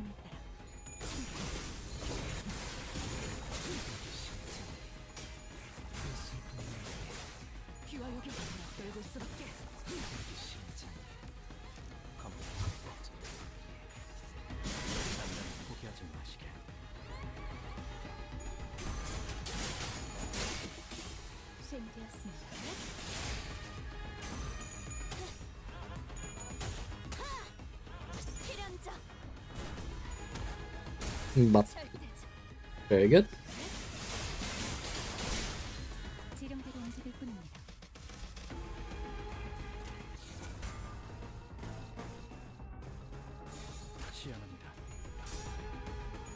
Yep, he lost that, but I think that was an intended lose. Yep, 2 killing their bones. Nice. Well, that clears the encounter. What a beast of a unit. I do wish we had the blade lineage team for this, but it's fine. Excuse me. As we were slowly looking around the streets of Escorp, a youth, after fidgeting and hesitating for a moment, walked up to us and asked for help. The youth explained that, wishing to better know his own status, he took the royal examination, akin to a public employment policy in Escorp, and was able to attain a high grade for himself. And that was where his problems began. As far as he knew, people who passed the exam with flying colors like himself had to travel expenses paid for a homeward trip and were to be granted a guide. But there must have been a misunderstanding or something, because when he left the exam grounds, no one was there to escort him. Confused by the unexpected turn of events, he wandered away from the exam grounds in search of his escort, lost his bearings, and found himself in these valleys. He's asking if we could help him with directions. What do we do? I bet this is a check. We're going to do this. Yes, it's a check. Alright, let's roll this. Pretty good odds. Whew! Glad we rolled that. Yiseng opened their mouth to begin, stopped, and turned around to where bamboo-hatted Kim and Engdu were. I am not so well versed in the geography of this area. Perhaps Mentor would know better? Come on. Kim let out a audibly disconcerted sigh, then walked up to the youth to give him directions. And take off that royal celebrity flower crown. You don't want people knowing you passed the exam. But why would? It's for good reason. Just do as I say and you'll thank me one day. The youth stared back at him in puzzlement, before seemingly deciding that giving proper gratitude for Kim's assistance took precedence. He handed us what appeared to be a small ceramic ware vessel. Ah, might this be a water dropper for brush calligraphy? Though you may have no practical need for this, for I see none you are acquainted with the art of grinding ink against inkstone, I impart this gift to you in hopes that this dropper may form a small flow in your rivers of life. Though it would have made for a rather moving moment had it not been for the exaggerated scoff Kim gave. The youth hurried on his path without minding the sudden discourtesy. Engdu later asked Kim what spurred his sudden outburst, but he did not give her a reply, instead choosing silence behind pursed lips. We got the water dropper. Nice. Whew, my voice is starting to give out, but it's alright. When an allied identity gains a defense, the said ally gains 2 damage up and 2 protection. Nice. Not too much for. Oh, okay, not too much further. We're about a quarter of the way there. More Saisu, I imagine? Saisu? Yes. Do consume water. I do have some by me. Ba-ba-ba. Alright, that's a decently good resonance. Not bad. We're in the space. Nice. 9 fights total. Gotcha. Oh, and it does look like we've maintained our SP. That's very useful.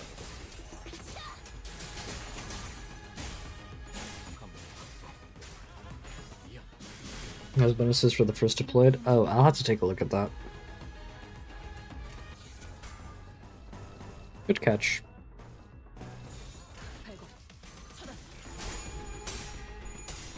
Very good overthrow. Nice.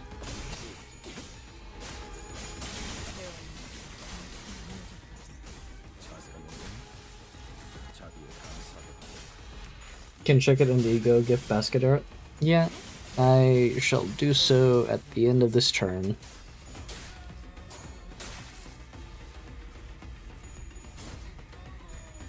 Nope. Ouchie. It's fine, just a little bit of damage.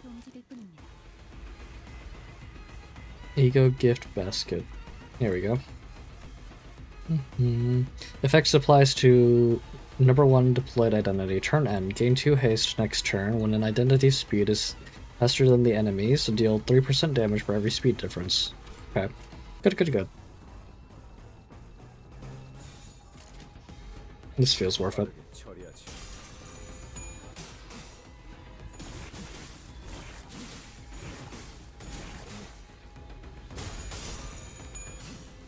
It basically wants the Ishmael in slot 1. Fair. I will throw Ishmael in slot 1 next encounter.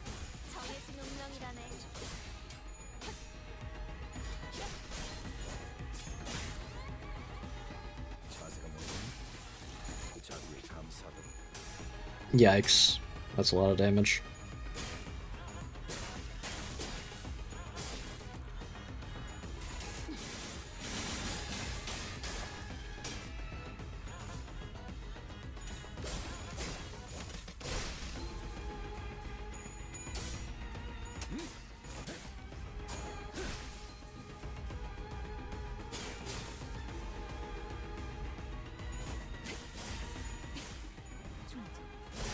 There we go. Did we win? Didn't win yet. Really need healing, and I do see a lot of gloom at our disposal.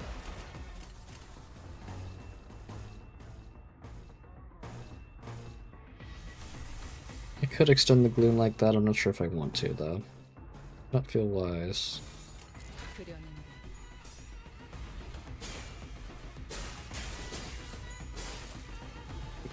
Flesh shall be yielded.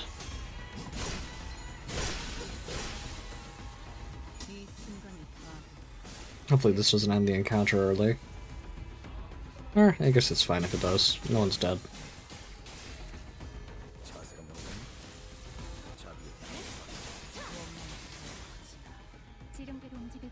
Yeah, it's fine. We can just use it next time. And or something else at our disposal. Okay, onward to this part.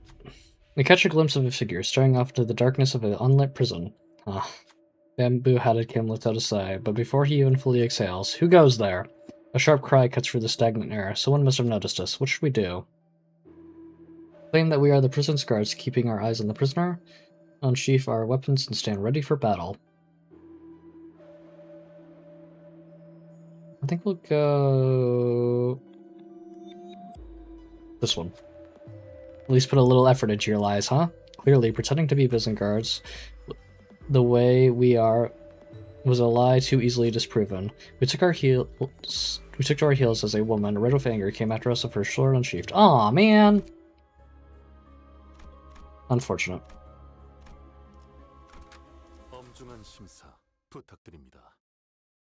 Oh, and I forgot to do the thing. No, it can't be. My life is, the experiences, the memories I have recorded are different. Alas. Kim came to a stop with a grim look on his face. I hate it when that happens. Yeah. Again, I am returned to this day. His voice had dropped to the same morose pitch we had heard before. Mentor. I have been here before. Ah, have you? Had a peek into my memories when I had distorted, did you? I must say, it's a bit embarrassing to have my deepest and darkest secrets revealed like that. Kim grinned sheepishly as though to clear the air, but it was becoming rather clear to me what he was doing. That his flippant demeanor and seemingly devil-may-care attitude were but a mask to hide the true darkness in his heart. Then this must be, indeed, the right state counselor's estate. Someone who I had once protected, thought was worth protecting. Kim pushed the main gates and made his way into the front yard. Watch out, Ingdu. Take a tall step over, or you might trip. Ah. There were bodies splayed about the yard, and I couldn't dare start counting them. I felt faint watching the aftermath of the carnage. Some were decapitated, some had their torsos split diagonally, and some of them were so mingled that I could hardly even tell which parts belonged to who. Are they not retainers of the royal court? What were they doing at the councilor's? No. Were they killed by assassins? Assassins did infiltrate the estate, yes. You're looking at what remains of them. Though I had but a moment to glimpse it, I clearly remember what the S-Corp logo I saw in Kim's Fathoms looked like. The hats of these corpses, were wearing, are adorned with the same logo. So why is Bamboo Hadakim calling them assassins? In this corrupt land, the right state of the counselor's life was always as precarious as a candlelight in a tempest. Such is the fate of all those who have the guts to speak the truth of S-Corp, where positions of influencers are hoarded by corrupt sycophants whose chokeholds on power is ironclad. The most prominent among them, the left state councillor, with the chief state councillor's blessing, thought to wield his own private army to silence forever the tongues of those who would advocate against the corrupt. Private army? But they are prohibited in our homeland. So they're kinda like how the great houses of H-Corp each had their own armies? That is similar to what is happening, but not exactly. If S-Corp's circumstances were to be explained in plainer terms, it would be akin to a situation in which a company, whose employees outwardly appear to all be working for the same side, is in fact fractured within, with certain departments pledging allegiance to different individuals than the chief executive.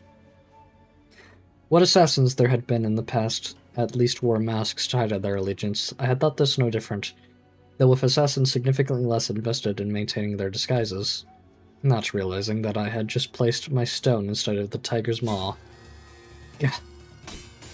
Looking around at the yard teeming with assassins, I recalled thinking it odd just how many of them they had sent. Though the left state councillor's power had grown to loom over that of the king, I should have realized how ridiculous such a brazen attempt on the life of one of the triumvirate councillors at the royal court would have been. Foolish. I have failed you, councillor. There were simply too many of them, as though they had decided tonight was the night they would finally slay the councillor, or die trying.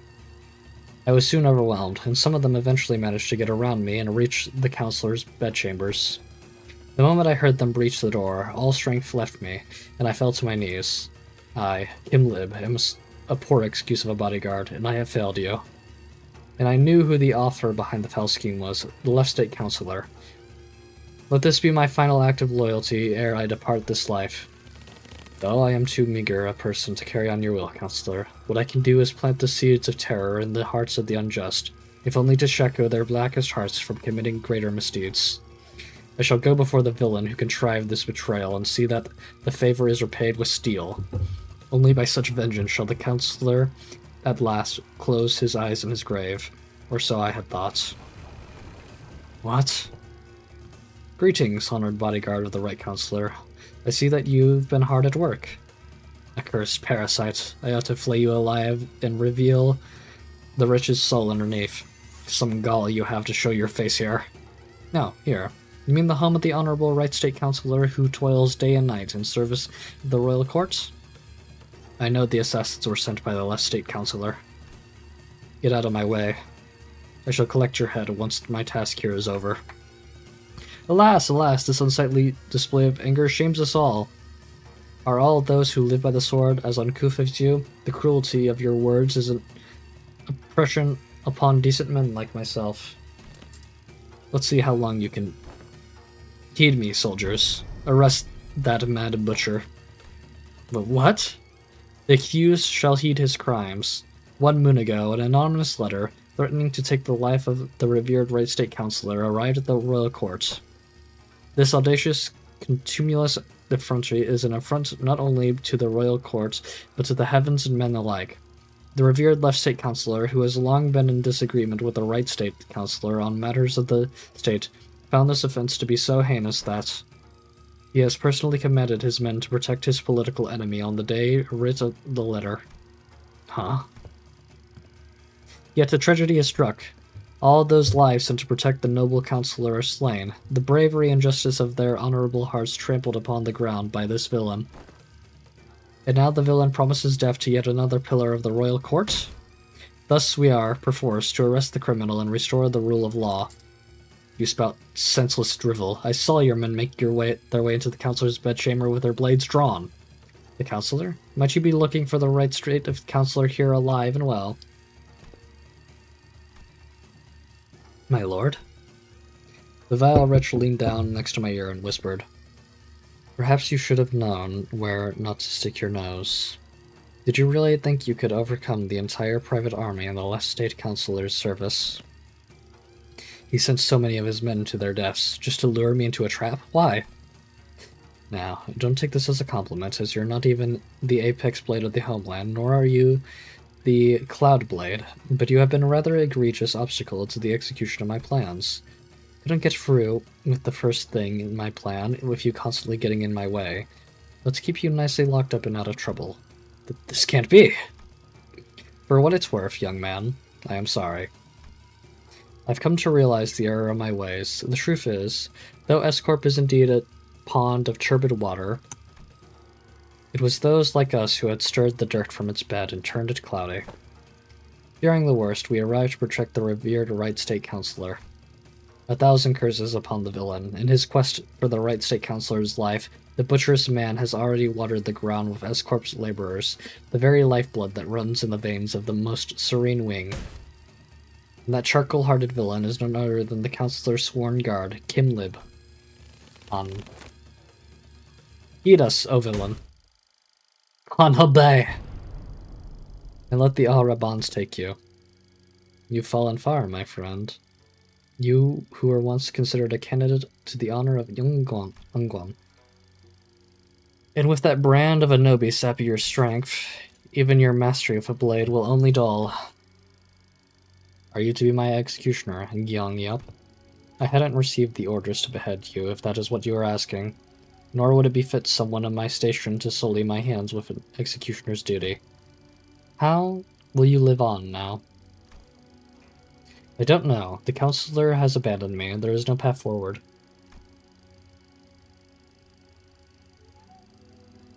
Salpipio Agro Industries is more corrupt than I had thought, rotten to the core. This is where the game ends. Time to resign my stone. Indeed it is. Why are you freeing me? Once a game has been lost, you start anew and test other gambits in the next round. Why don't you stop playing this unfair game where the opponent always starts with stones placed on all 9 star points on the board, and find a place where you can begin anew in equal standing? As soon as they realize it was you who freed me, they'll come after you. It's okay. Unlike someone who made a fool of himself and fled after the passing of the royal examinations, I have the royal court's backing as its military commissioner. My position in the court isn't so fickle that they would cast me down right away just because I let go of someone like you. You're a branded criminal. In the eyes of the royal court, you're as good as inconsequential. I'll report that even if you were to flee, you would still be nothing more than a plaything in the palm of their hands. I didn't think you were the kind to go against your honorable principles. Some things can't be done without bending a rule or two, and you are needed. S-Corp's future is in need of those who are less bound by expectations, like yourself. Besides, it's not the rules I stand by, it's my own principles. I did say I owe you a token of gratitude, didn't I? Consider this a settlement of that. Gratitude and vengeance, after all, share a common quality. They are both debts to be repaid. Young Yap. Come with me. There is no hope left for S-Corp. You said it yourself, didn't you? We'll never win as long as we are playthings. We're playing in their rigged game. Listen, they might have 9 stone advantage over you, but to me, it's as small as 3. I'll manage and keep my finger on the pulse. Besides, change doesn't have to come from the outside. The old wisdom says that to catch a tiger, you must enter its den. But wouldn't it help to have an ally waiting in the tiger's den to back you up when the time comes? There, all done. Your bonds are severed. Go now. Go and build your strength beyond the walls of S-Corp. Yet beware of relying overmuch on foreign powers. I don't have it in me to take up such a grand purpose. I'm done with S-Corp. You know how I am. I just go with the flow. Yes, do as you will. Go with the flow, and be whatever you want to be. But I'm just hoping that the currents of the river will someday bring you back to S-Corp. That's all. Though I had left the rigged game, my records afterward weren't stellar. The laying of the stones on my board was always full of holes and mistakes. I joined the Blade lineage, became their mentor, and dragged them into the library, until eventually I cut down those who had placed their faith in me. Self-defeating move after self-defeating move. When Gyeong Yup had let me go, I thought I had escaped the tiger's maw. But as I let the game progress with the flow, I soon came to realization that my life was an endless sequence of connect and dies. Fun fact, I can't sleep. Oh, I'm sorry to hear that, friend. They wish you the best in finding rest. I was losing a play from the start. Shadows danced by the distant humanoid form, begin to grow like wildfire. And those in the entire Blaine lineage, one by one, leap over the wall and approach us. Like the projections of Kim's darkening fathoms. They're from his memories. Films and photographs can sometimes remain undoctored, but the impressions a person gets from viewing the photograph is malleable. Then they must be after... yeah. Kim believes that if the Blade lineage were to come back to life, they would want to kill him.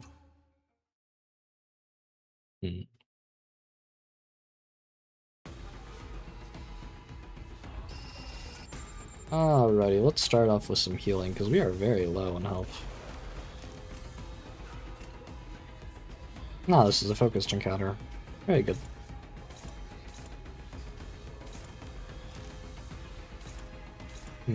Hold on. Change this up a bit. Always focus the quick ones first. That is being countered, so we don't need to worry about that.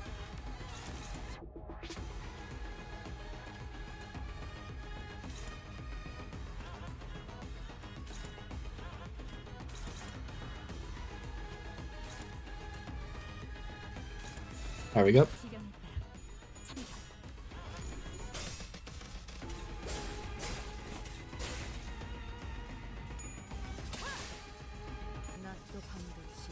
Red in the space.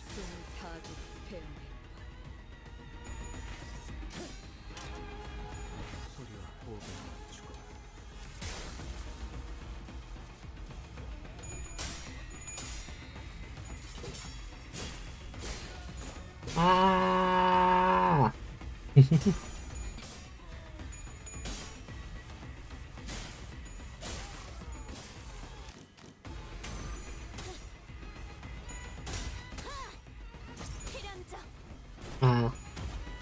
There do be lots of screams.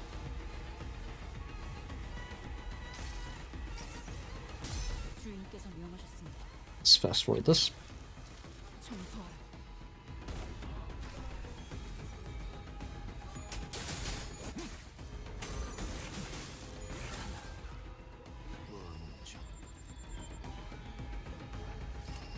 Alrighty. Here. Here.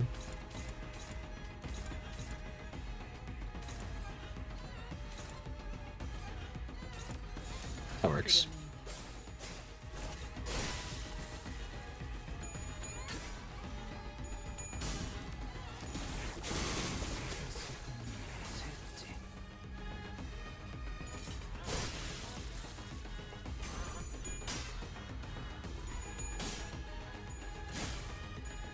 That's a stagger, almost a kill.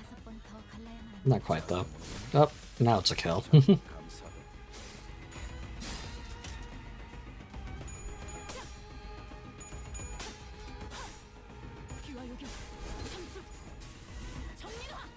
Nice, big damage.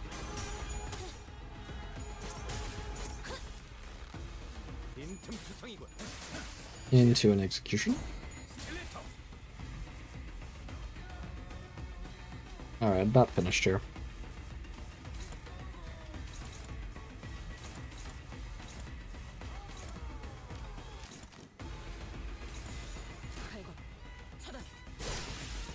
Nice. That might actually kill outright. Nope, not quite. Definitely dead now.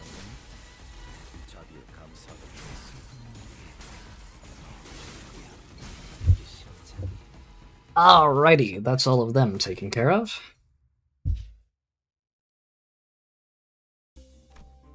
Another question mark encounter. Someone carrying a sword on his belt and a sack on his shoulder leaped into the haystack near us.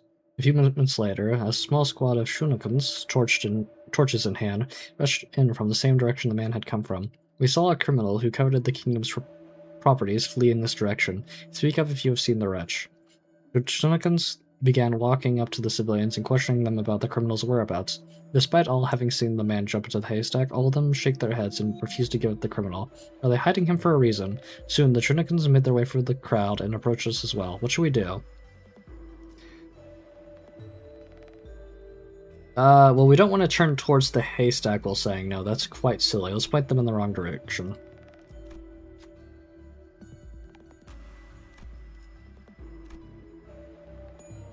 There we go. So he went that way, huh? Appreciate the assistance. One of the group of Chinikans hurried out toward the direction I pointed them towards. The man crawled out of the haystack. Seeing that the Chinikans were gone, some of the civilians walked up to the man and gave their thanks. Good work, you. Can't stand those vile Chunikan. Take a noble thief like you away. A thief of the people. They're all wretches, I say, wretches. So well fed while we all starve. I bet they'll bleed rice if we get them. He returned their gratitude with a polite bow and then approached us. You have my thanks. I did not expect to be shielded by outsiders such as yourself, but this is a welcome surprise. Who am I, you ask? Well, I have no name to give you, but it seems that the common folk have taken to calling the like-minded the Blade lineage. I'm only stealing the sacks of rice the corrupt officials have stolen, and returning them where they belong, just as a mentor Bamboo Kim had once done. Kim squeaked out a small, embarrassed cough. I've lingered here too long. They're already on my trail again. It's about time I saw myself off. Even in a hurry, he bade us to wait a moment. As he rummaged through the sack, he produced a few packages of food. Take these. It's not much, but it should be quite filling for those on the road like yourselves. Gratitude and vengeance, after all, share a common quality. They're both debts to be repaid, eh? With that, he withdrew to the shadows. Ooh, nice. A full restore. Alrighty, about at the end here. And I did it again. I did it again. I forgot to sort again. It's fine. This is just another one of the simple encounters, so we don't have to worry about it as much. Alright, looks like we don't have to worry about the third skill. And okay, so these two backliners are people we don't have to worry about. Benefit rest from doing this. Into this. You are the prescript target.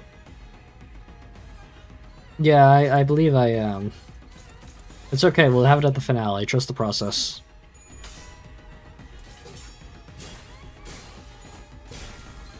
Big stagger.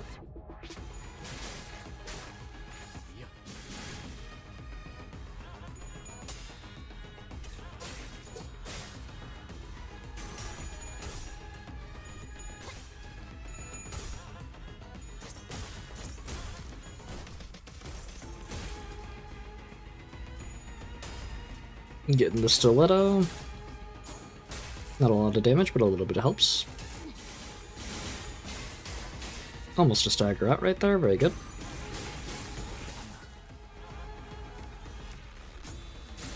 Oh, I guess that slipped by me somehow. That's fine.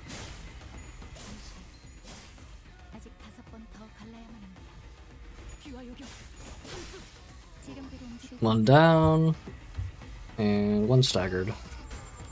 You're the prescript target, so we're going to immediately sign these two here, throw you here.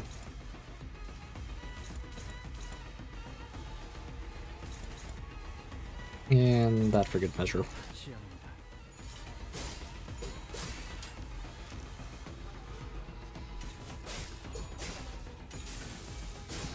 Nice.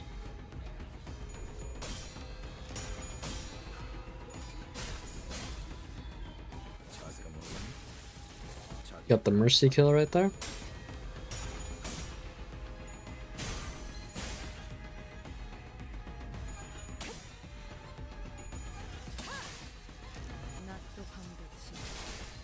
The attack weight there is going to be very useful. Almost got us another kill outright. Actually, it did with the burn. This might be a kill. Nope, not quite. Very close though.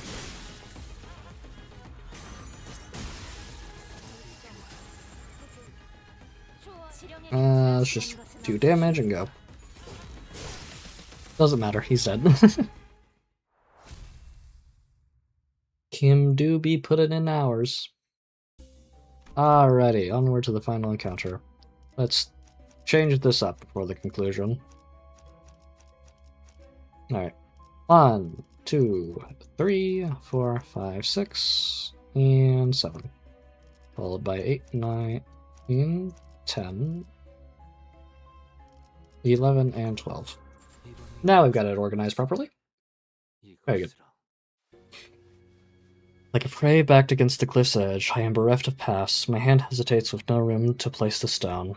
Misjudgments burgeon with contemplations harrow the mind, indeed.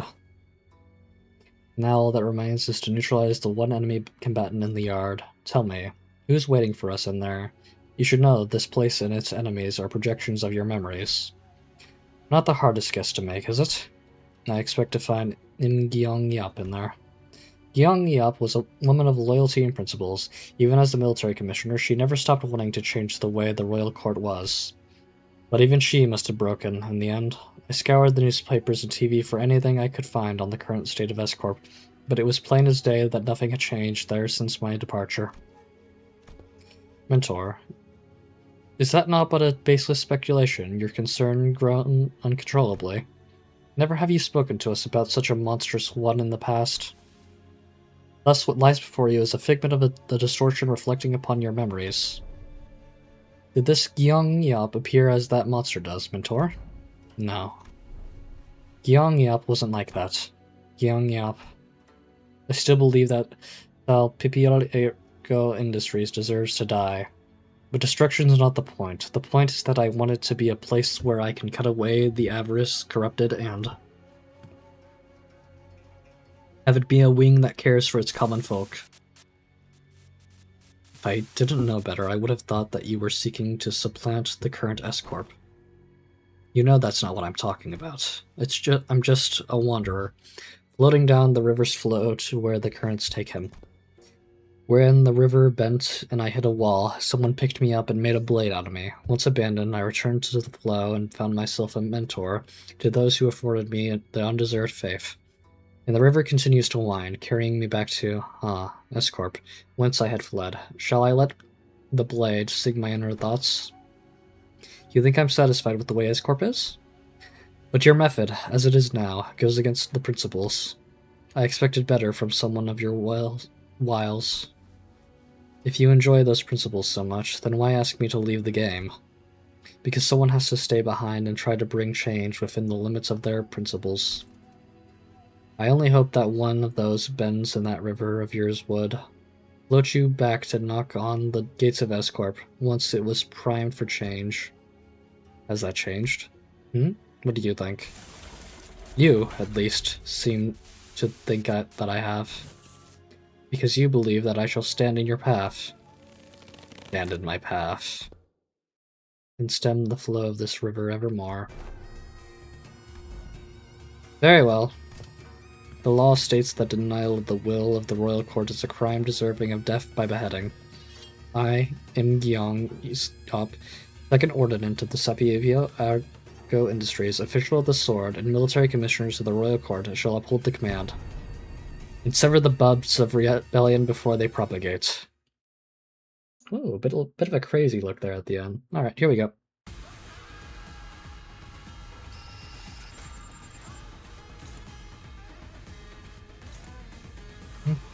Going for Sinclair?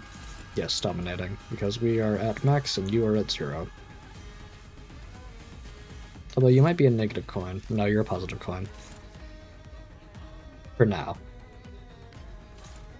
This is going for fast. This one's Sinclair again, we need to outspeed that. Actually, we can outspeed all of this pretty well. Ooh, neutral. Not good. Also neutral. Okay, let's switch this up a bit. We need strong attacks here.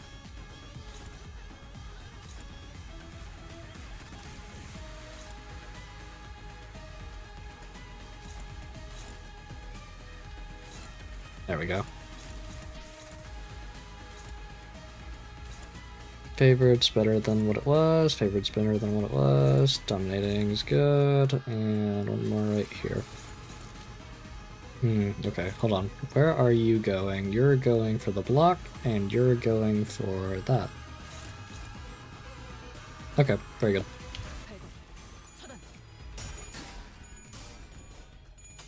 Ouch. Lost the favorite, that's not good. You gain much more SP than you lose, which is not great. Come on! Okay. My luck was horrible there for a moment, but we're fine.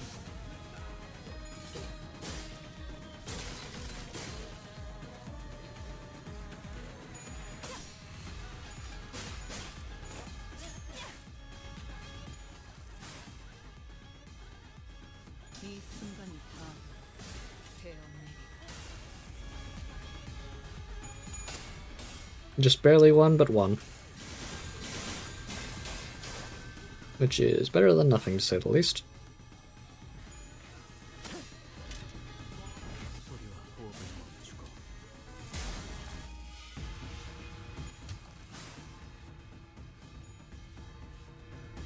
You're attacking the guards, so we get a little bit benefit out of that.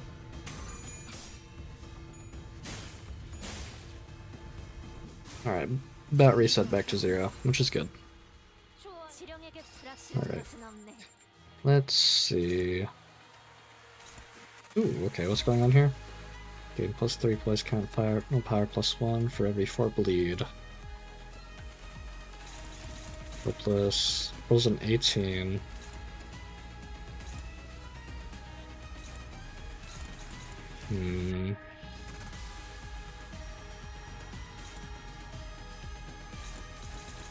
What am I missing?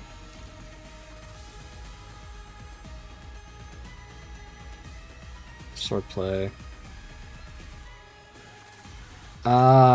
It's because you have swordplay, okay. We break this down first and then we can work this out. It'll be fine.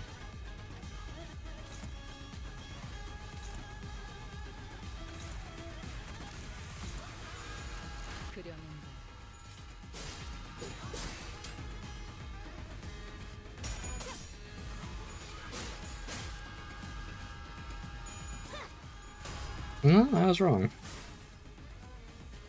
Oh well, we can afford to take a little bit of damage.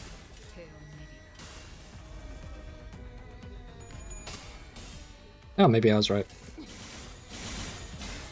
Can't tell, honestly.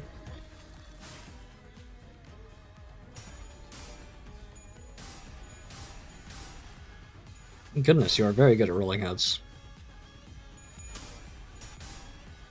No, you just have so much power. Oh, he did.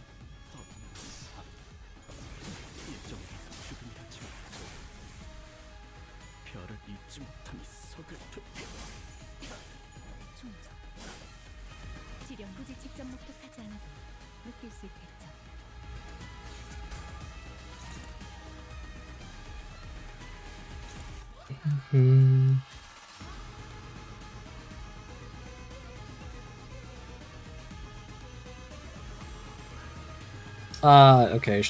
So yeah, that was a rough hand. We need to keep hitting this.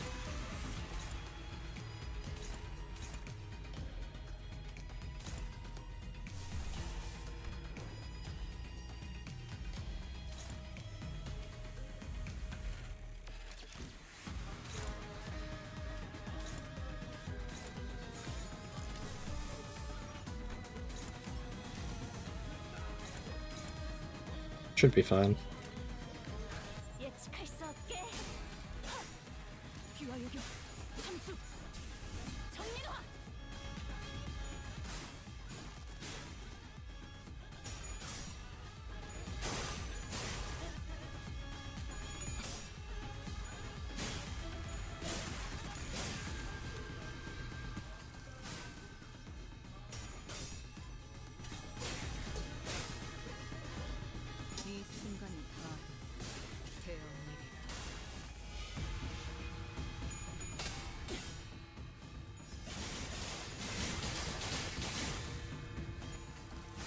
You've only made me stronger with your move. Oh, not good. That works.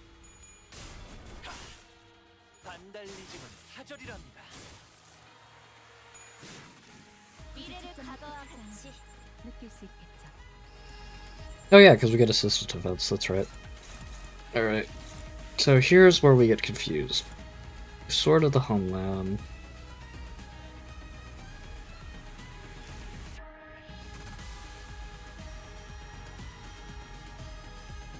If hit has an unopposed attack or on hit against target that used assist defense exclusive.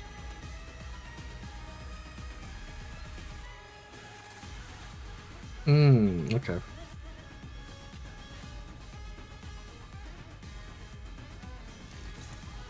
I think I understand the gimmick now.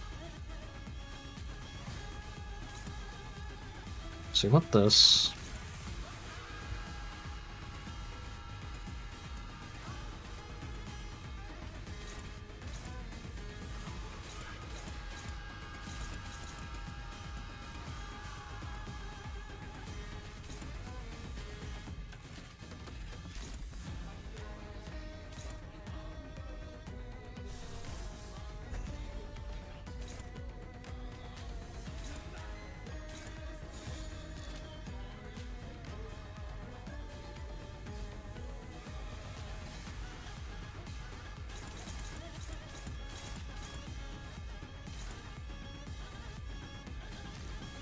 There we go. Alright, I think I understand this correctly, and we're going to find out right now.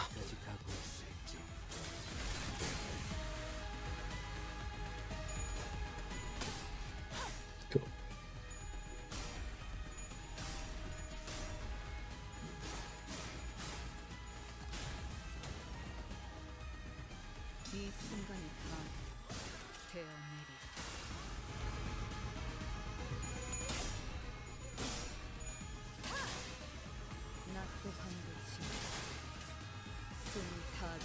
So far, so good.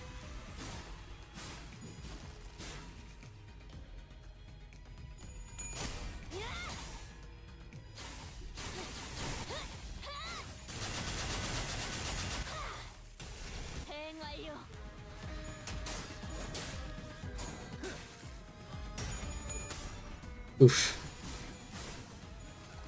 Not great.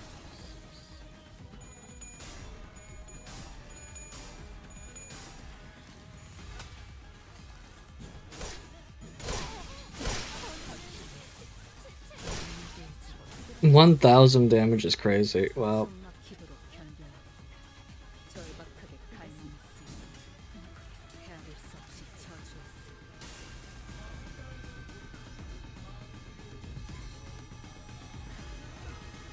Okay, what am I missing?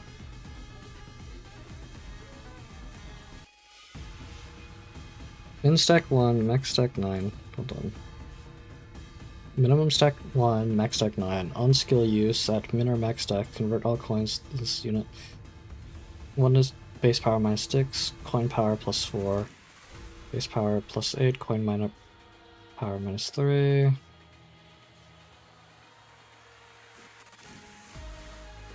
We need you to be at 5! Okay, we're... Okay, I get it. You need to be at a specific number.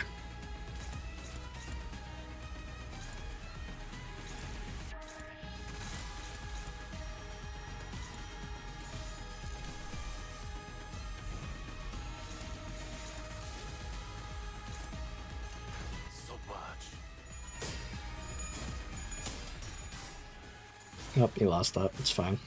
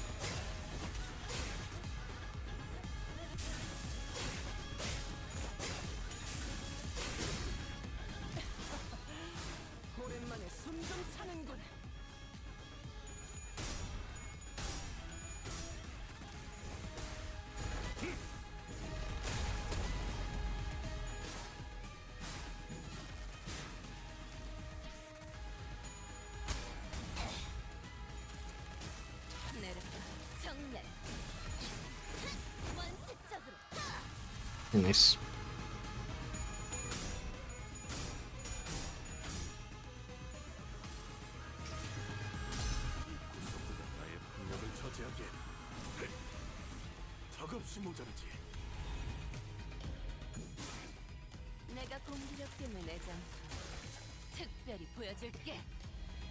Okay. You're at 7. We need you to lose 2. Flash start, gain 3 swordplay at the homeland. Unaffected by swordplay of the homeland, unclashable.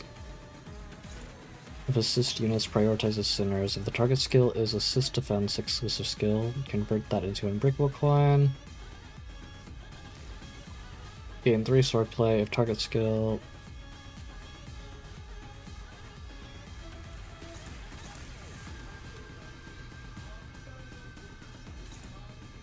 Okay, so we don't clash this one, we clash red.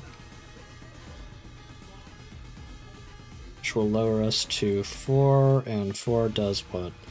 +2 to coin power. Oh wait, no, on hit as an unopposed attack, or on hit as a target.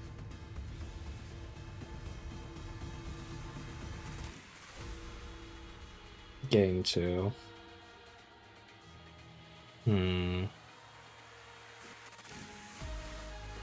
Okay, well we just need to hit this, right? No. We need it to gain 2. Lose 3, gain 2. So we need a... We just need you to do this here, and then it's fine, right? If I'm understanding that correctly?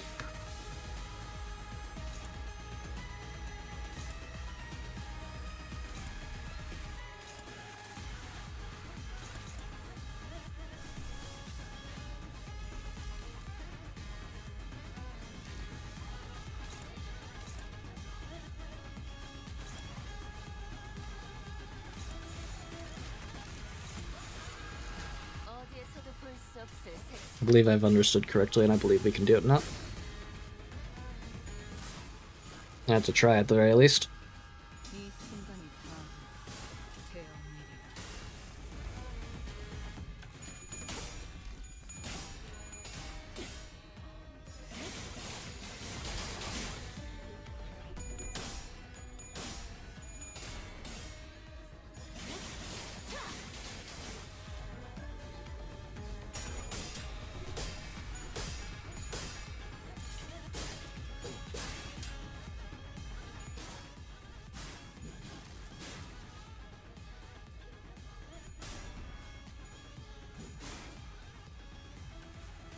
Oh, to claim their bounce, nice.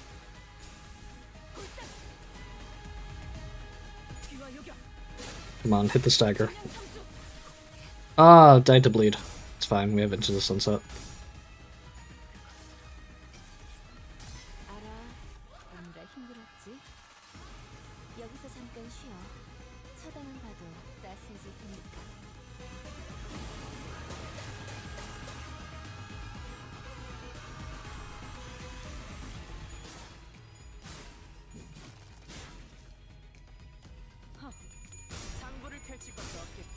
Sorry, we got no bias here.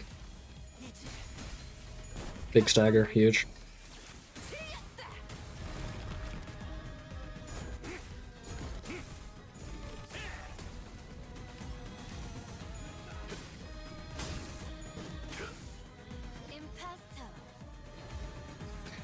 Okay.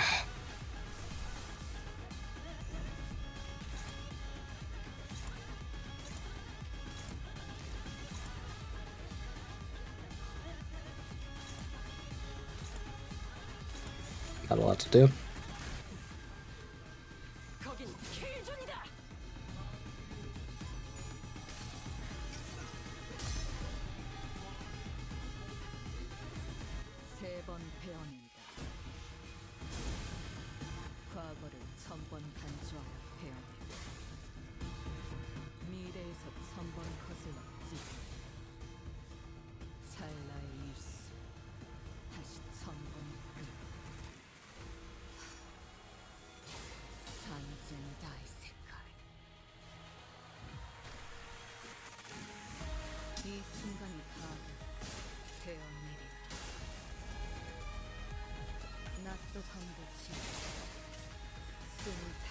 Big damage, very good. We might be able to win this. Yeah, we win this. I believe in it.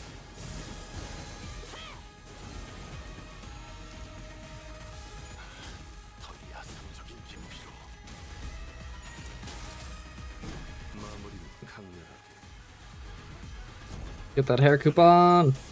52. Okay. Not quite done yet, but very close. We're at 8 swords, we need to lower it. Okay, so we just need to clash once. And then we'll be fine. Wait, what?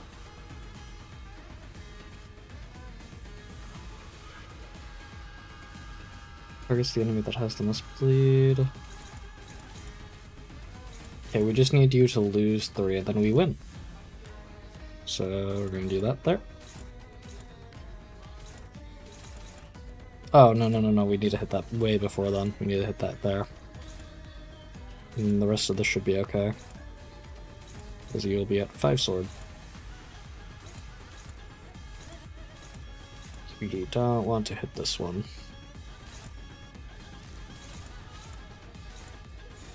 Alright, I think we're okay.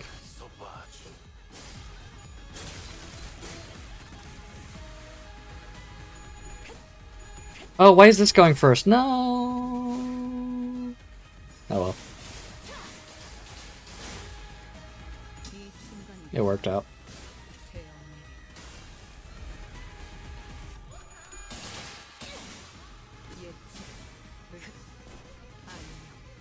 Yeah, I believe we won. Did it? Okay. I was a little slow on the uptake, but I did figure it out. He's not as powerful as I recall, yet weighed down by the brand, I am not so far ahead or behind. I don't know. I think you're doing pretty well. Verily, they appear evenly matched, yet he's wielding that sword like he's trying to get himself killed. That blade work is far beneath him. Seeking the end here, is he? Can you afford to look away in a duel? What are you doing? You'd rather lock your sword with mine than parry it away? Can't have a proper sword fight without a blade lock, though, huh? The duel between the mentor of the Syndicate and the military commissioner of S-Corp is neck to neck. Clash after clash. 2 warriors eventually lock their blades in a contest of might before it comes to close in a final fatal bout. When the dust settles, the mentor lies in the sand, dead. That is what you want, I will grant it, but you're going to use Claim Your Bones, right? Good, let's finish this. Just as Bamboo had Kim and Im Yeong Yop ready for their final bout, Engdu leaped in between them. Alright, Engdu? Are you really so ashamed that you would choose death over life, Mentor? Are you so scared to live that you would rather die? Yes, I am. I am scared. I am terrified of my own audacity to live as though my days I hadn't failed everything and everyone who had the misfortune of placing their faith in me. My mission, my honor, my fellows, as though my path isn't haunted by ghosts, as though I can stand shamelessly before watching the eyes of the heavens. What have I even done with the life that was given to me? Blind to the realities of my homeland, I served as a master who chose politics over loyalty and justice. I cut down my very fellows who chose to trust a fool like me. I walked my entire life as the flow carried me, and when I had finally had the mind to look back, all I saw were blood-red traces everywhere I had gone. Isn't it about time that I admitted this game cannot be won? That... Mentor, the weakness in your strength has failed your mission. The weakness in your position has failed your honor, and the weakness in your heart has become the fiendish blade that cut down your fellows. Engdu, I thought you were here to talk me in to keep on living, yet your words pain me so. What weakness of yours is it this time that you would cast away your own creed in life? What other weakness will you use as an excuse today? Stop trying to bear responsibilities asked not of you. The Blade lineage was never about responsibility, nor was it about you, Mentor. Or does your overbearing guilt help you overestimate your importance? What was that saying again? Fellow travelers in the same boat will aid one another. Not a single soul demanded that of you. Talk about kicking a man when he's down. And I have had enough of that flippant larking of yours. We all have. Do you truly believe that not a single one of us had picked up on the fact that all of your levity was a means of relieving yourself of the burden that you had cast upon your own shoulders? None of us ever demanded some impossible feat from you. What was it that you've always said to describe yourself? That you are but a butchering blade that wields not itself, a tool wielded by willing hands. Why, Mentor, I know not what kind of shame or responsibilities a mere tool has, do you? Because I fail to see any. If the shame does not subside still, then shroud your face with that bamboo hat of yours and live on. Live on so that you may repay your debts. The blade out of arrows. Even the heart that sought death is defeated at your feet. There is no stone left for my next gambit. There is nothing more. Indeed, perhaps there was some merit in your words, that I must retreat from this silly game of stones and become a fiend of blades. Mentor, that is not what I said.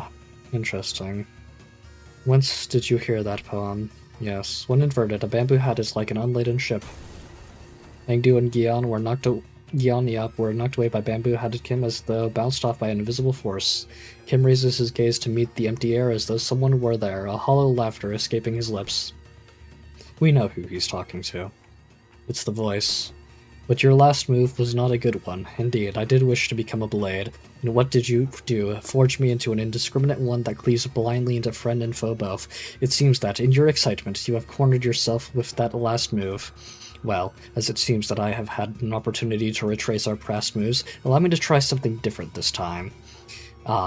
Be not so vexed by this round. As you say, we never know what the next game shall bring.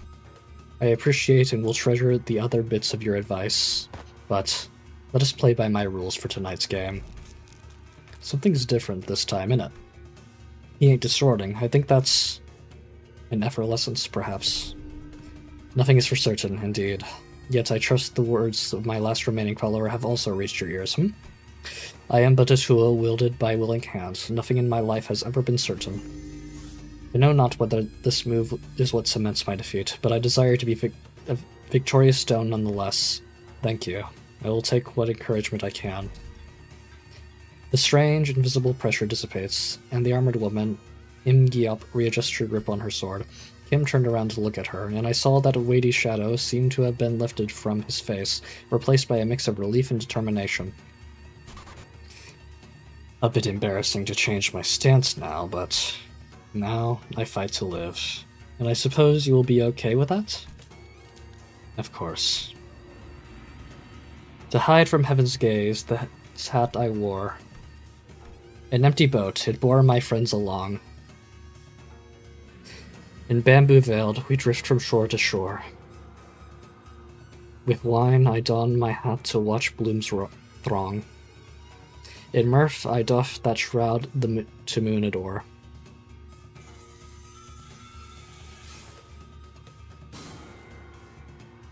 So with this bamboo hat to veil my brow, through winds and rain may rage, I up.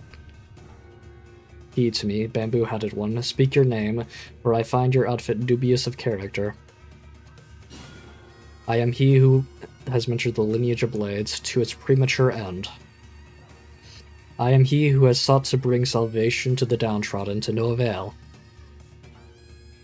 What to call a man who has failed to disburden himself of the world, how to name a man who has failed to bear the weights of the world, there is none. So call me Bamboo-Hatted Kim. Bamboo-Hatted Kim, the treasonous wretch.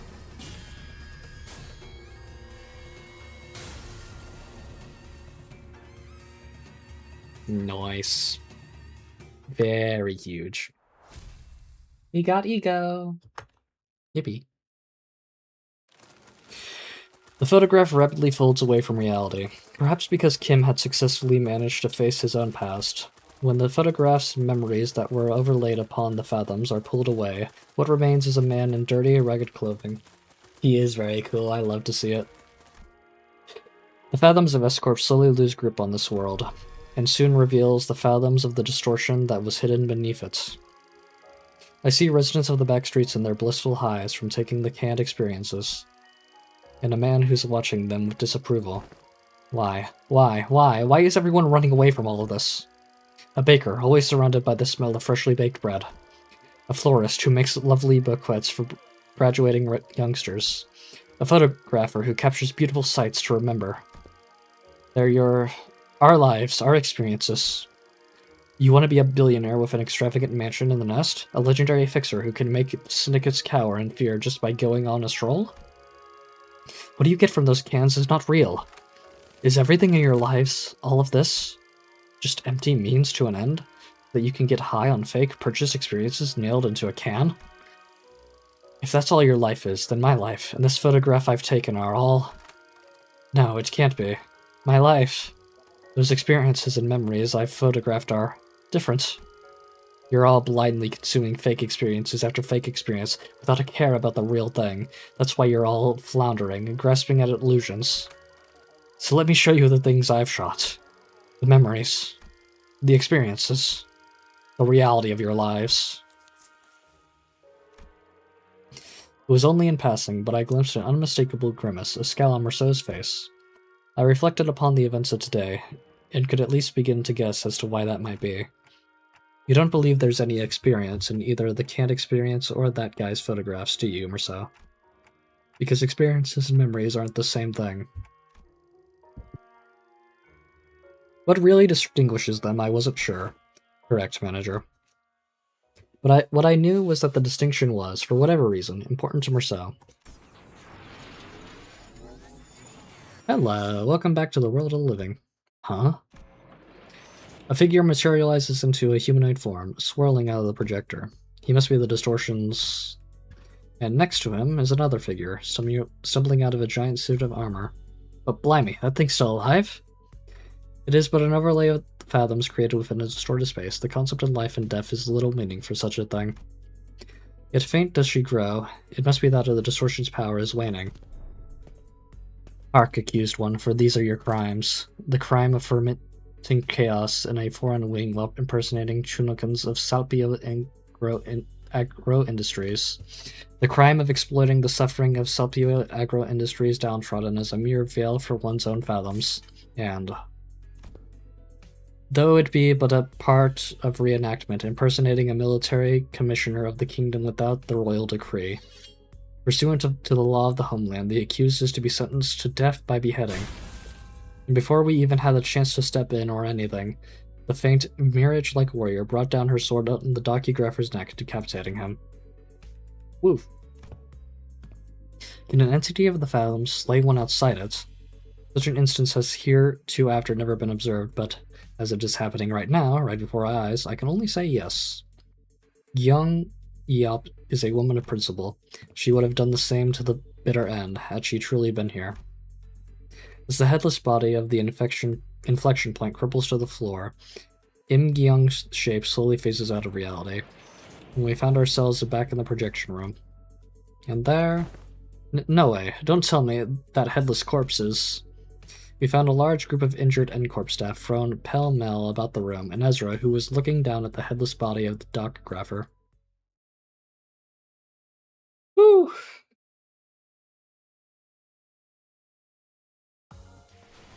We did it. The subject. Yep, right on. Gotcha, team leader.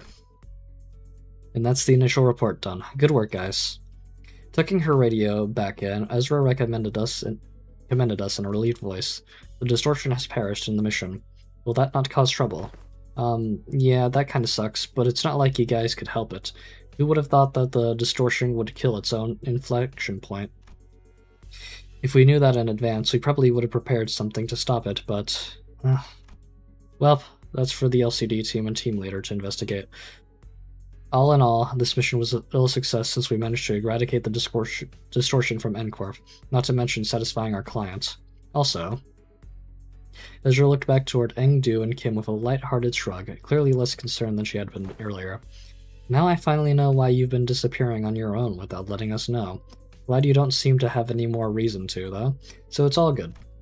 Hey, that's the real win of this mission in my book. Phew-wee! The point is, we did it. We did the thing, it's done. Gosh, I swear I am never doing one of these without the team leader ever again. Seriously, I got this close to losing it more than a few times. It seemed that the responsibility of looking after her LCD juniors had kept her stressed and high-strung throughout the mission. I hadn't noticed it, but her brows had finally relaxed, bringing back the chipper Ezra I was more familiar with. Thus, I shall not abide by more of your indolence. You will now join us on missions and tasks as you are expected to. Is that understood, Mentor? Engdu, would you mind releasing the hems of my sleeve? Oh, what I wouldn't give to lie down and pass out right about now. The raw emotion in Kim's voice had likewise faded, and with Engdu's voice no longer as barbed as it had been in the Fathoms, it seemed to me that the two were back to the more relaxed selves I knew. Can't exactly say more relaxed for Kim, though, because that's how he's always been, at least from what I've seen. In any case, fine, you are released. Whew, you've given me a hard shake. I don't feel so good. Say, Engdu, I'm afraid they may have gone overboard with upgrading your arm. With your hem released, allow me to reiterate that... Stop. My heart finds peace as well as I watch them bicker. Is everyone doing okay? Yes, Executive Manager. Our forces have only suffered minor injuries that do not require you to go through the trouble of rewinding the clock. Hang on, mate. I've got a dislocated shoulder. I can pop that right back into place for you. Allow me. I've taken care of similar injuries in the field. Yeah, and guess what's happened the last time I let you do that? You rotated my bloody arm the wrong way and turned the bones in my shoulder into little chips. Don't sweat it, I can rewind that. By now I've already grown used to the pain of rewinding the sinner's injuries. A dislocated shoulder shouldn't be a big deal. I have ought to ask thee a clarification if thou wilt. Dost thou recall how, as we battled in N-Corp's pin-frame team foes, the foes have taken photographs of us? And? They are those who were sent to identify and capture the one who have violated a taboo, forsooth. As we stood in their path, 'tis no mystery why we had to come to blows. Yet I find this to be most perplexing. Wherefore did they take so many photographs of us? Maybe they were taking photographs to report their locations? Recording footage is taboo in N-Corp, meaning they can't just install security cameras here. Their only option for keeping a consistent record is when tracking down a case or a person is by photographs. Thine words hold water, yet, most puzzling, forsooth. For I recall with clarity that, from a certain point, they had begun photographing us with renewed obsession. Oh, hey, that sounds like a question for Rousseau. Given how often I had to rely on information from Rousseau had been providing me in this mission, I think I've gotten enough practice with how to phrase my questions the right way and pull answers I need from him. I couldn't get him to tell us his own judgments on matters, since he seems to have a near photographic memory of what he's seen. Rousseau, do you remember how many pictures of us the N-Corp staff took? I do. 56 times. That's a lot of pictures. You actually remember the exact number of times they shot us? I do. Always so neat seeing his memory in action. So, did you get the chance to see which one of us got the most photographs taken? I did. Ooh, who is it? Who is it? Is it me? I make for a fine model if I do say so myself. It was me. Huh? But why? I mean, what's the most statistically likely reason that it was you? It was at that moment I heard the sounds of pebbles crunching under boots approaching us louder and louder. What the heck? N-Corp. Oh, dang it. Are you here because we beat up some of your guys? Listen here, we had to because of the distortion, see? It is as she says. The skirmish was an unfortunate consequence of combating the distortion phenomenon. Limbus Company provides a customer damage compensation program in case of such unforeseen events. Instead of engaging us in battle, please elect to contact the emergency response team at our headquarters as your first... Yes, we fully understand the circumstances surrounding the battle, and we intend to submit an expeditious request for damage compensation, as you have recommended. But we are here on different business, so if you would be so kind as to let us speak... Different business. They are here to arrest me, Manager. Hold on, Rousseau. Let's hear them out. Wait, what? Rousseau did not resist, as he walked past us and joined the group of N-Corp employees.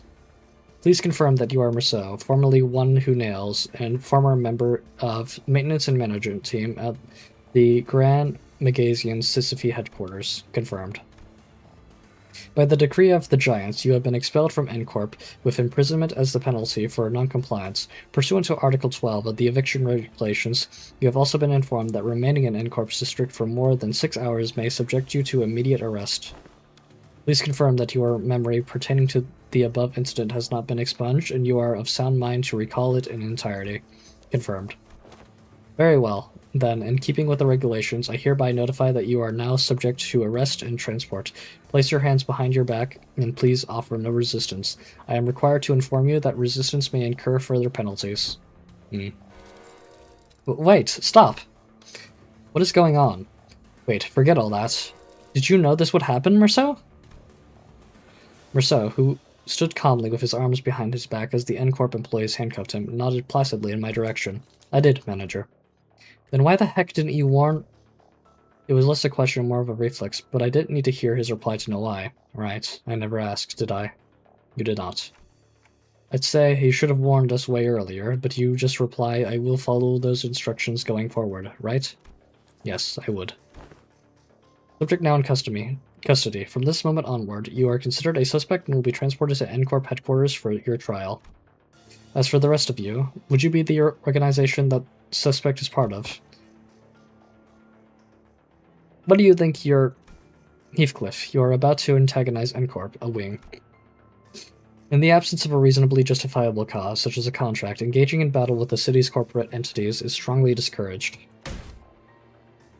Yeah, and we're just supposed to twiddle our thumbs while they drag him away? This must be another piece of information they neglected to tell me. Yet another development that was set in stone. Despite her calm and collected explanation, I could tell that this was not a pleasant situation for Faust either, as she was sending an uncomfortable glance at the N-Corp's employees. So where are you taking him? A retrial will be scheduled for the execution of the exile sentence. They replied dispassionately as they took Marcel into custody.